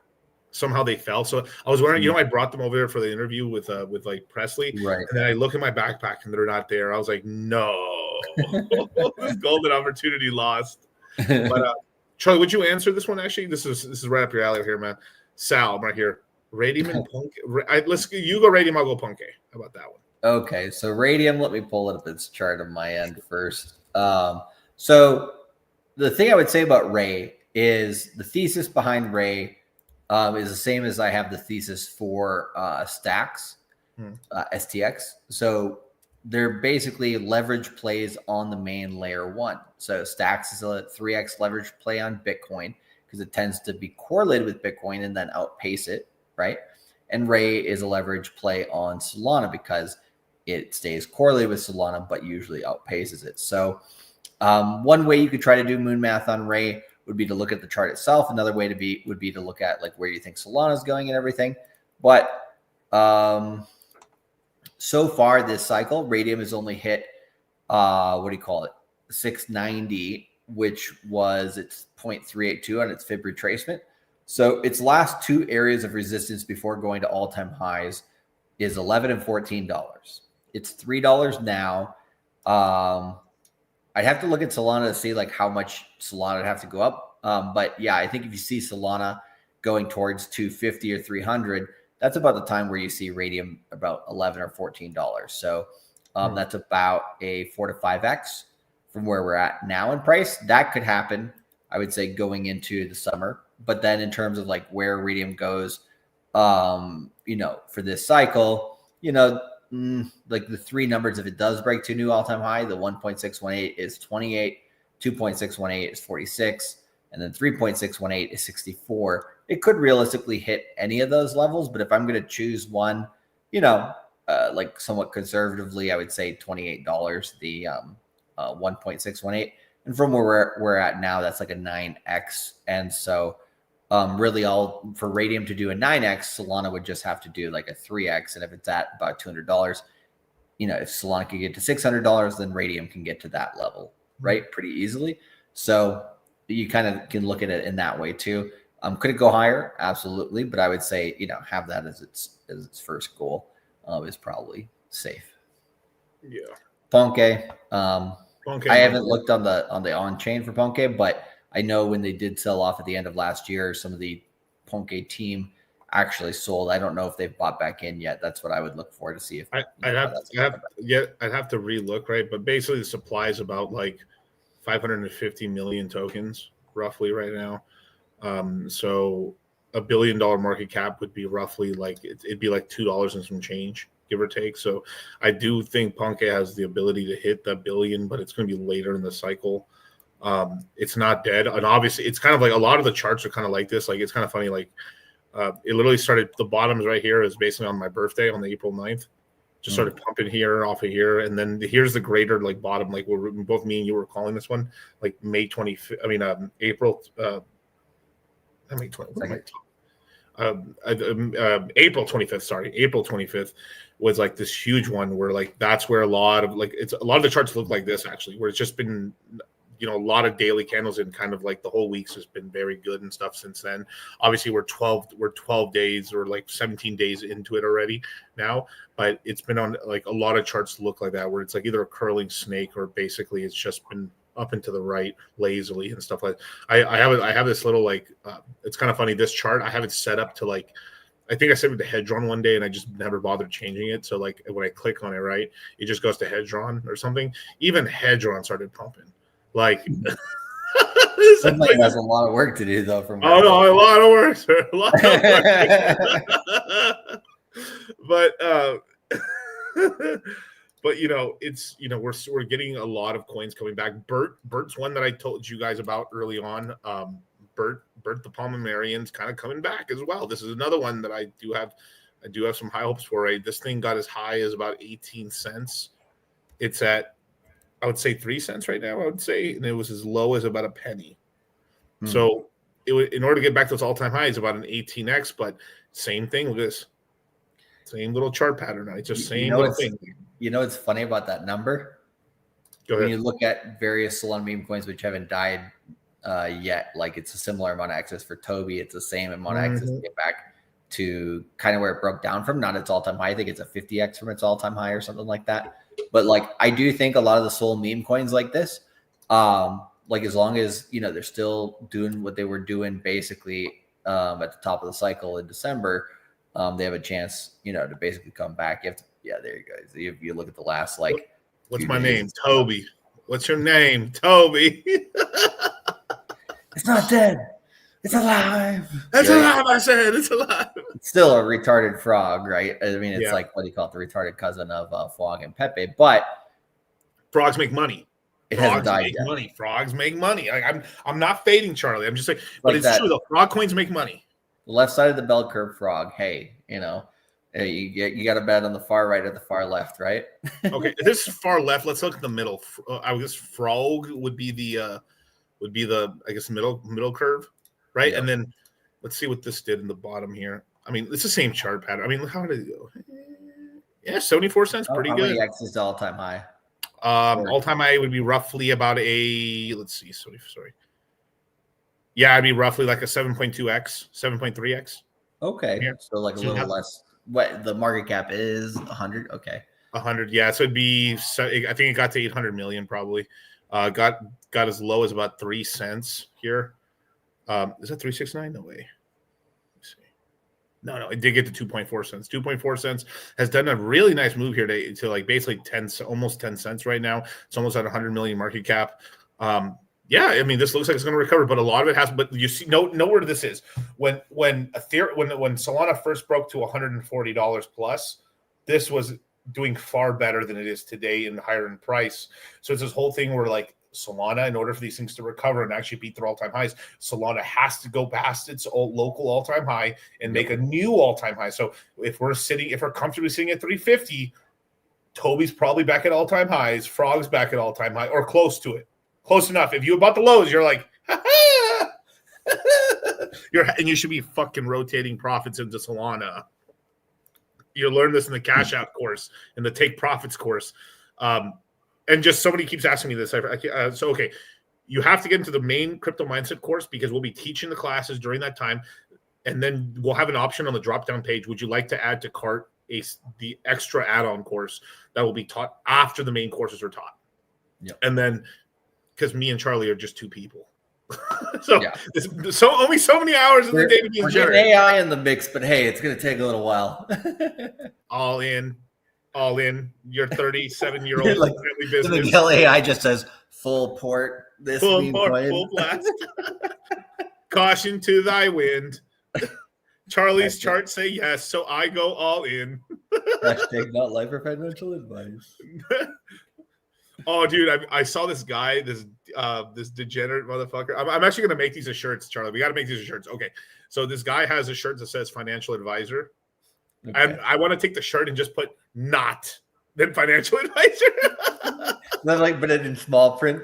Yeah, but I'm gonna have like parentheses or something around it like this with a little asterisk. This is not, and then very fancy financial advisor. I think they're gonna. What does it say in the back? I don't know. I mean, maybe the chart going down. I don't know. It's something in the back. It's just a nice sweatshirt and stuff like that. But like, people always make these shirts, but then it's very low quality stuff. Like, I think people would really wear like. There is something to like. I call it sneak wearing, where like you can wear like it's something like there was an era back in the day when we were growing up where like people graphic like I think the epitome of it was like you're wearing an Ed Hardy shirt. Damn. I mean, that's fully, you're wearing an Ed Hardy shirt. It's rhinestoned out. Jesus. And then there's the kid version of that where like your mom gets you a shirt from Target or Costco or not Costco, probably Walmart. And it's like too graphic tee where it makes you look like a little kid. And now like, as you're getting older, right? Like there's gym brands and people wearing gym brands and like something like this, right? Like this is just a black button up shirt, right? Maybe with 511, right? But people are wearing ones with little stuff on it, but it's all about the taste of it not being too much. It's like enough to express support in this, but it's not this whole elaborate, like, fuck, I can only wear this one time ever because like, and then, it's like people like, you're seeing people selling t-shirts that say like cowboy butts drive me nuts. In Vegas, especially when you see people like tourists and stuff at the rodeo, like those one-liner shirts, bro. Dude, I saw that at South Point at the casino. Some guy, I'm not gonna like gauge into whether he was a little on the other side, but like he did have that shirt. Cowboy butts drive me nuts at South Point during the rodeo, dog. That was a lot. Did he have leather chaps on top of it? Jesus. No, he was full. He was just cowboyed out. I mean, we've been to like because the main two casinos that host like big like rodeos are South Point, which is a locals casino, and then you have Resorts World, which does like the big bull riding tournaments and stuff like that. And that's more, I wouldn't say normies, but more of like the big show. And then you have more local like cowboy people from Nevada and California and stuff in Texas, the assless chaps. Jesus, no. He's trying to be as obvious as possible. I mean, if you want to see a funny fashion meme or whatever, I just threw it in there on Twitter for you. Oh, on Twitter, let me see it. It's retro, but it's just like ridiculous. Oh, this guy, yes. What is that called? Janko? Janko jeans, right? Yeah. He's like, this guy is more 1997 than 1997 itself. Oh, maybe. Oh, whatever. Dog. Yeah, these pants were huge back in the day. I mean, the dude's so ridiculous. He's putting like PS1s in his pocket. But man, I wish. It's like if 1997 was a person. Dude, I just wish, man, they didn't make rollers. Dude, we were so close. Like there's a great anime called Air Gear, like really kick-ass show and stuff. Never got past season 1 or whatever, but like there's a whole anime behind it or a whole manga behind it. Dog, we were so close to getting like really good motorized skates, actually. Like it was getting close to like where the motors were getting small enough where we can have enough torque and enough horsepower within them, and it wouldn't be ridiculous. That dog, man. Like, I mean, imagine like you're on the road and then there's some guy on roller skates going 40 miles an hour, like, and like they're doing all kinds of shit, like people battling each other and racing each other. I think I would have got into that shit. That shit's cool as fuck, dude. Super risky, of course, but it's pretty cool. It's kind of like what do you call it? When you're young and you're doing dumb stuff, if you make it past 25 years old, you're probably going to survive. You're Same probably with, gonna survive. it's the same Yeah. with the meme coins. Like if they survive a big downturn or whatever, they come and the market comes back, like they're probably going to be okay. Yeah, they're probably going to be okay. But like that is peak 1997. I believe I had that shirt. I'm not even fronting. I think I did have it, a kid version of it, but I think I did have that shirt. And I had some version. I had like a very like shitty version of Janko jeans or whatever. It was so ridiculous. I could literally put my entire like up to my elbow into my pants and shit. Pretty cool, man. But yeah, it's like when crisscross was starting to lose popularity now. Right. Oh, dude, crisscross. I totally forgot about that. Yeah, 90s had so much good and terrible stuff all at the same time. Yeah, definitely. Let's keep going with the super chats here. But Ponke, I think like $2, $2 to $3. I think like it's very possible still. They can still go viral. Their Instagram still maintaining and stuff like that. Obviously, I think they lost a bit of the plot because of the price went down, and then it went over to more AI memes versus I think they were literally making the memes versus like having an AI make the memes, if I remember correctly. But like I think they can adapt and shit over time. But we'll definitely see. It's not dead. Yep. Tesla tips. Hey guys, quick question. I have 100 coin bag of quant. Okay. Should I keep it or trade it to increase my Sui Ray bags? I have 10K coins in both Ray and Sui. Okay, interesting. Okay. I think Sui and Ray will outpace Quant. Quant's done all right in its pattern and everything or whatever, but like if you look at it from a technical and fundamental level, technically speaking, yeah, those two will probably outpace it if you look at the pattern. But then also on a fundamental level, like yeah, Sui and Ray are much closer to like better DeFi than Quant, which is basically an FBI coin. So yeah, which one do you want to hold? Oh yeah, totally forgot to say this and stuff, but yeah, the fucking the Coinbase stock ticker coin just got added to the S&P 500. That's huge. Yeah, that was huge. I think they took out like some company that was getting acquired by Citibank or something. So it was interesting. It's like, hey, we have one spot. Who are going to promote into it? And they're like, how about a crypto company? So they must have been in the front of the line for a while, right? In terms of like them, because like that's a pretty quick decision they have to make. Yeah, I mean, but definitely, yeah, it's a big one and stuff like that. Let me see. I could send you a link to it. I got a few of those, I think. Sure. Are you trying to look for it or what? No, I was looking for a different thing, but I just can't find it. It's fine. Yeah. Yeah, I Man, think I had this whole meme. I had this whole meme of like my Instagram feed is just being a Nazi march. It was this whole thing of like, I mean, dude, Instagram and Twitter is so crazy right now. It's just basically people supporting like Kanye's music and stuff like that, which I'm a big supporter of anyway, like always been. The cousin Dick thing, that was weird. I ain't gonna lie, that's strange. Yeah, bro. But also, like, he was he like people do that sometimes. It's like this actually has been done by like I mean obviously we're veering off here a little bit, but this happens to a lot of people who've gotten like bad things happen to them when they were kids. Is that like, oh no, I asked for it and stuff. It's like in a weird way they're trying to take responsibility so they don't feel like they're out of control. No, I chose to. I wanted it. I was asking for it. And like it's kind of a coping mechanism that a lot of kids do and shit, which is really fucked up, but not great. Yeah. But because it's like he was a kid, like literally a kid. Like, you think that was like voluntary, dog? Like, nah, dude. Like, yeah, it's all sorts of fucked up right there. So why would he say it? Because they were going to try to use to blackmail him. Yeah. So well, he's basically trying to put everything out there so they have nothing to hold against him. Yeah. Yeah. Here, I'll pull it up right now. Let me just take this one off here. Yeah, just in Coinbase to join the S&P 500. The deletion of Discover Financial Discover. Wait, the Discover card? I don't know if it's the same one or not, but it says Capital One bottom, so it could be. Could be, yeah. Wow, I am surprised they let that go. Well, I guess yeah, but I mean, I think it's literally like, well, like if there's a merger of two companies and they can only have one on there, then there's a spot open, kind of thing.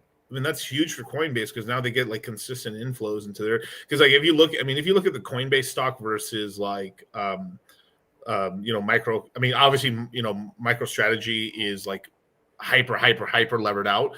But like, it's not even a contest. It looks so bad compared to the two charts. Like Coinbase is getting curve stomp, but Coinbase, if you look at it, it's done extremely well, very well. So like, shout out to Coinbase and stuff. Hopefully they stop beefing with Sonic, but I don't got my hopes up too hard. But Kyle, I'll give Kyle Chasey. This guy's been everywhere, still working hard out here. Yeah, he puts in the work. That's for sure. His face is molded. Like his face looks so much different. Like it's like he took the plastic surgery away a little bit. Yeah, he looks a little bit better now this cycle than last cycle. I'd say that much.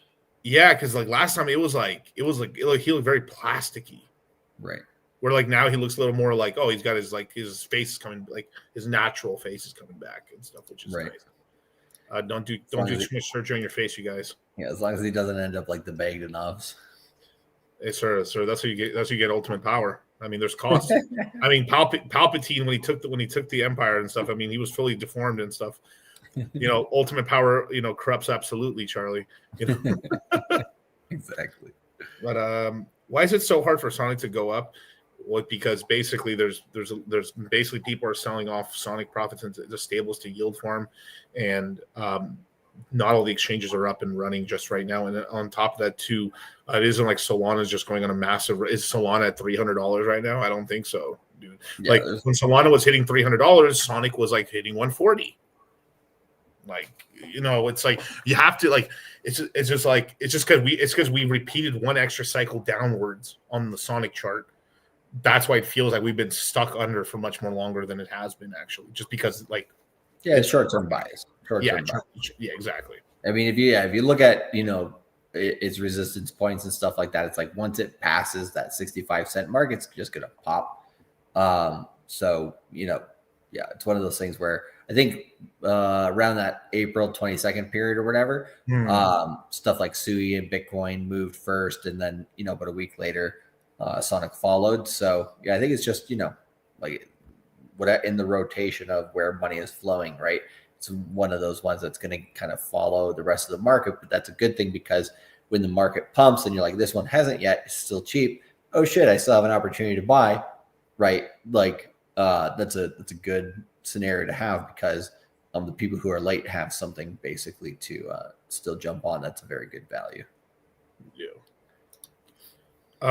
Luis right here. Is there a chance I might make 30,000 this cycle?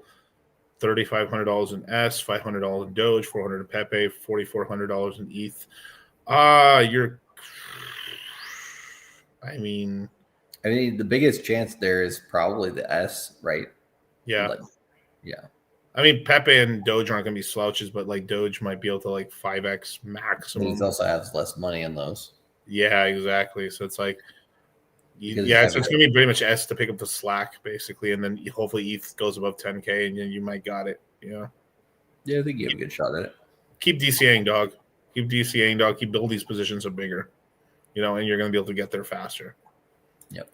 Berserk 45. Doge is still a good buy at this point in the cycle. I'd say yeah. What's the price at right now, actually? 20 cents or something. 20 cents. Yeah. I mean, Doge is starting to get to the point where like it's like, past 30 cents and it starts to have diminishing returns. Correct. Yeah, I mean we know it's going to get to $1. It's been 81 cent or 78 cent max depending on where you look at. Right now it's at 22 cents. It's kind of now or never. Yeah, you have like once it's past 30 cents, don't buy anymore. I mean, basically I'd rotate maybe into Pepe or much lower cap meme coin at that point or something like that as a play basically. Christian, what do you guys think I'll make at the end of the bull run? Close to 100K. My portfolio is about 100 Solana coins, punk. And if that's all you have, I mean, you should be able to make some good money and stuff like that. But like Solana can only go up so much, right? I mean, like I do believe Solana will get an ETF before the end of the cycle, which is very good. It brings up the possibility of like $600-800 like Solana, which you have to understand what that entails. It's a very heavy ecosystem. So if we have a $600 Solana, we have multi-billion-dollar meme coins underneath. So you have this whole infrastructure where it's because basically it seems to me like what's happening with Solana is it's trading upside for a larger market cap ecosystem, and we're much more like massive swings and stuff on the meme coins, which where you're going to make your wealth on Solana. Radiant might be a good little middle ground there, really, to catch. Yeah, and I think like with that portfolio, Solana gets to $600. Like Solana and Sui together will probably get him to that 100K, and then Ponke will be able to help him pay the tax man. Yeah, on capital gains. Yeah, but Christian, also remember to keep DC and get bags now. Yeah. Now, time's of the essence before, because once it starts running in the next few weeks, oof, and then we always get the questions, Miguel, I want to do this and this and this, and Charlie, I want to, and then it's gonna be the sort of thing where like wait, you guys, when we get the dip, and when the dip happens, the YouTube views are down because it's not sexy anymore, and that's when you buy. Yeah, and then people stop watching, and then they come back and they'll be like, "But what's good to buy now?" And yeah, the cycle repeats. Because then you're not buying value. You're buying essentially you have to buy hot potatoes to make up for the gains, and you have to be out quick. You have to get lucky and catch like a, I don't know, what's like a Caspa running hard to kind of like, wow, I missed everything, but I got this one, and then I dumped it, and I'm recovered up a little bit. But what prices do you think Spooky Swap will be when Sonic's over $3? I mean, hopefully over $1 and some change. It's going to be lagging behind. They need to develop things out. They need yield farms. I mean, I would almost be under the consideration. I mean, the good thing is now that the supply is now final. The bridge is closed. They have much less token supply than they had on Phantom now, which is good. But the team needs better UI guy. The UI sucks right now on Spooky Swap. It's just laggy as hell. It's websites. There's not much of an incentive structure to yield farm on Spooky right now. This is why I told people I divested pretty heavy, like 60+% of my boo into Beats, which paid off very well. That was good. But I still have a decent little bag of Spooky, see if something turns around. And I just bought one of Equalizer. Same thing. Equalizer's also in the shitter, but their founder's still here. He's still like trying to move and shakes things up and stuff. So he's not down without a fight. So he's scrappy enough. He might be able to pull something out of his hat right there. But with like Spooky, I have to kind of wait and see until after the first airdrops happen to see how they allocate that capital. And if it's badly, then get the hell out of the position, or just divest now 70%, keep a bag, and then move it to something that's moving faster. Goggles, Shadow, Metro, Beats. Ricky Romero, when do you see $20 Sui? Thanks, boys. Tomorrow. Tomorrow. I mean, like, it's kind of a little, you have to, there's a lot of things that have to play out to say like when something's going to hit, right? But if I was being like medium bullish or whatever, I would say like September ish, October-ish, right? But because that last move where it goes to like the last like crazy prices, like let's say the crazy prices are $35 to $50, like, you'll see $20 and then you'll see 30 and then you'll see 35 and then you'll see 20 again and then you'll see 10, like that kind of thing towards the end. So yeah, I would say, after the summer is likely. Could it happen before then? Like, could it happen to late July into August? It's possible.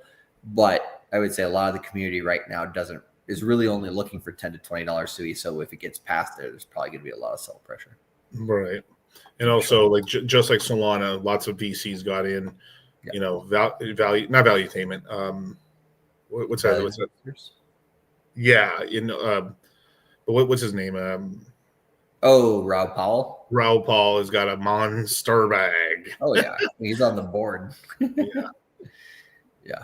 But I do find him more of he's not as cutthroat as these SPAC guys and stuff like that. He's very good at creating and nurturing a narrative, for a longer term play, but then also like to get a few more X's. So he knows the game very, very well. He'll take profits, but he'll also he won't get rid of the bag, and then he'll share the sheep without killing it. Yeah, where the other guys are just like, I came, I saw, he died. Exactly. But we got the last one here, Sub-Zero Jera with the Australian $10. If you guys were an anime character, who would you be? Also, have you guys checked out Hog, Heart with Dog on Pulse Chain? No loading right now, but community content's good. I haven't checked it out yet. I'm kind of waiting a little bit more time. I'm just accumulating. I'm spending a lot of my extra money accumulating kind of the main coins right now. I'm getting PGC and just some of my last stuff on ENP Hex right now. I was looking into a meme coin called Pulse Chain. They're making it's literally just called Pulse Chain. It's fucking hilarious. On where? On Pulse Chain. Oh. It's a meme coin called Pulse Chain. It's kind of funny. Like a Tribe Called Quest, Charlie. You say the whole damn thing. You know? I thought it was going to be a meme coin called FlexNet now. I think it's the same guys that created that. They created like Sonic Inu, 9/11, George Bush sort of. It's like one of those community coins and stuff. Right. But funny. Hey, the guys are cool and funny, so I was like, I'll throw some shekels that way. Why not? But yeah, Charlie, one anime character. I'm gonna go where because a lot of people probably have no idea what I'm gonna be referencing, but there's a Ghibli movie where there's like a what do you call it? Like a pig who's a pilot in World War I or whatever. Like I think the English name for it was called like Porco Rosso was the name of the movie or something like that. I can't remember because I've never seen it in English. I only saw it in Japanese, but it was one of my more favorite I guess Ghibli movies because it wasn't like all like warm and fluffy like some of the other ones and stuff like that, Right. But it was like a very good movie and like I don't know, just like a fighter pilot type character was kind of fun. I know like people were like like Dragon Ball Z characters or whatever, but that was just kind of like a chill, fun one. Yeah, I mean, in terms of an anime character, and the thing is like these anime characters lead terrible lives most of the time. Yeah, that's true. They're all let me choose Guts. Let me choose Guts and be in the Berserker universe. Horrible, horrid life. Right, like all like kind of tortured existences. Fuck it. You know what? I'm gonna be a total dweeb here, man. I'm gonna choose. I'm gonna choose Kirito. Fucking just have a fucking gaggle of horrors, stapled horrors. It should be OP. It's Sword Art Online and shit, stupid shit. Basically, I'm just trying to choose the most OP character who just full of bitches. Who cares? Good life. That's it. Like no struggle at all. No, but all jokes aside, I don't know. I mean, it's just it's not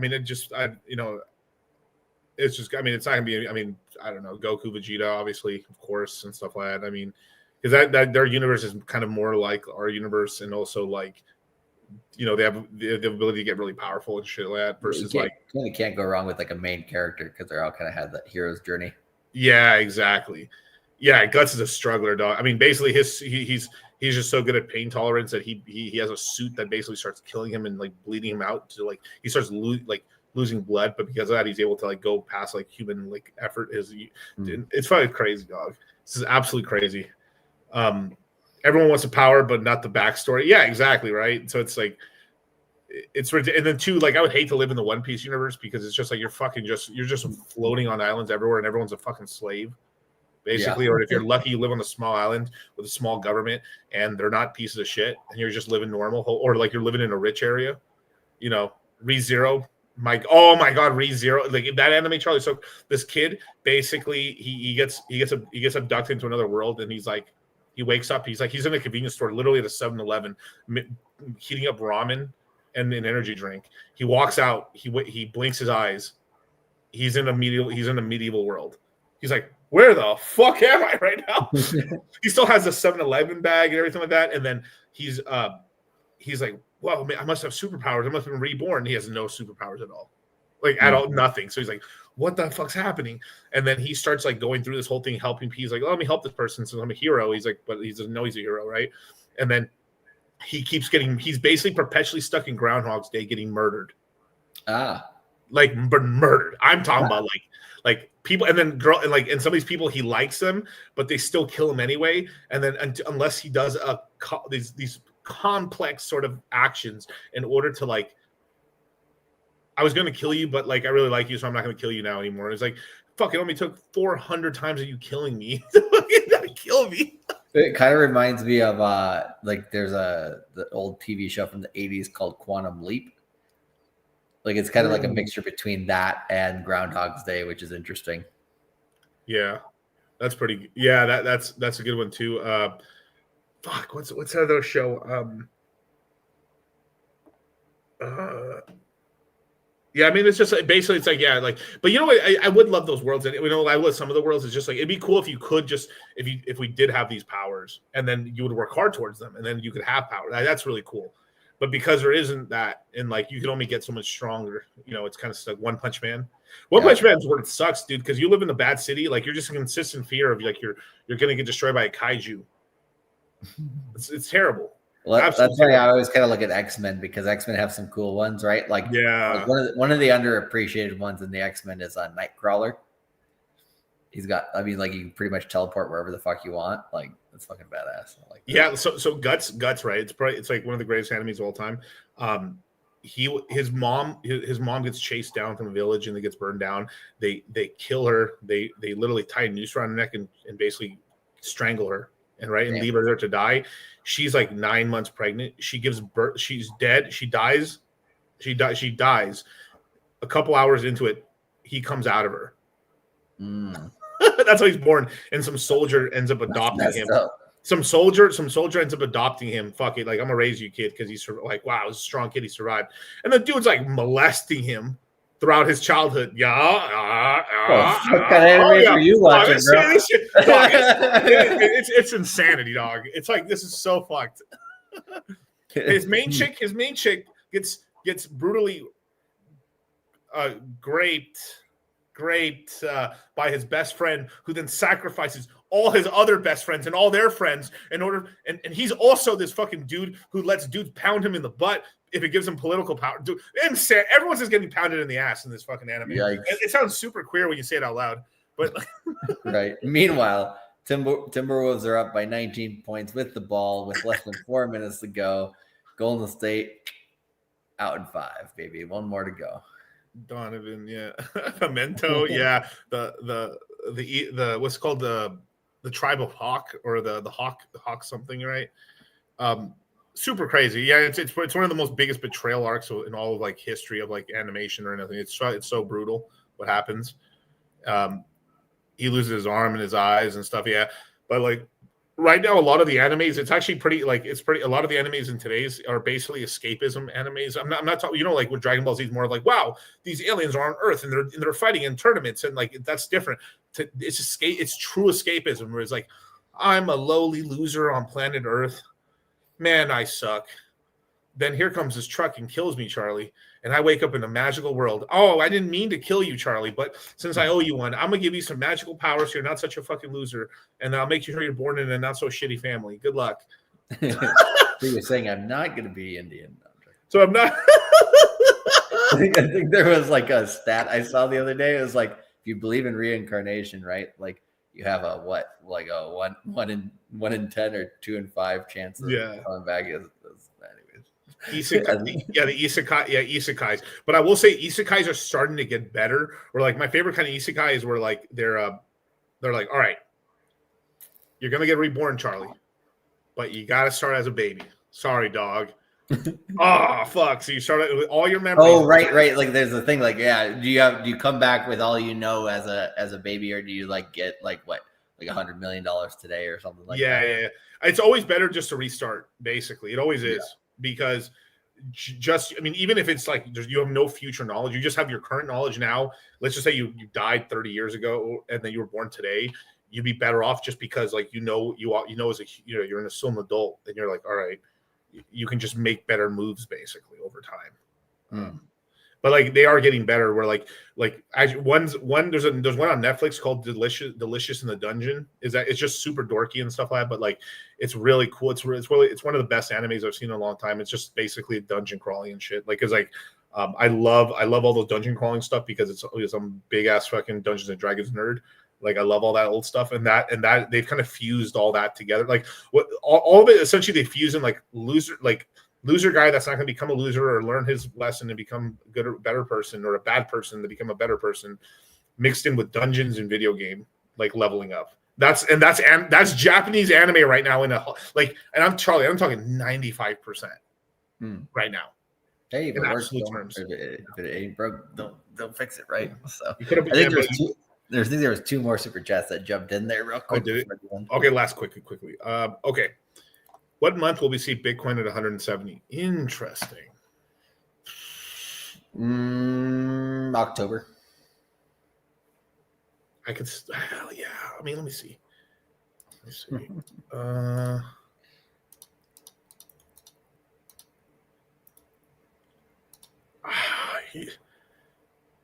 I want to say September, but like, yeah. And earlier September is possible. Earlier, if it just depends how hot we're burning at the time. You know, fuck it, we're all because like the trade in terms of all the stuff going on right now. We've tariffs have lowered. We have 90-day reprieve, sort of like we're still taxing China 10% or 30%, and then we're getting taxed 10%. Ukraine's looking like it's winding down. Israel's getting told to calm down. Palestine might actually just be turn into a real nation now or something like that. That it's being, there's a lot of things having basically a lot of the wars around the world are starting to get calmed down. India, Pakistan, shitwater World War One was averted essentially, which was anyway, it was really stupid because I think it was a negotiation tool, to be honest.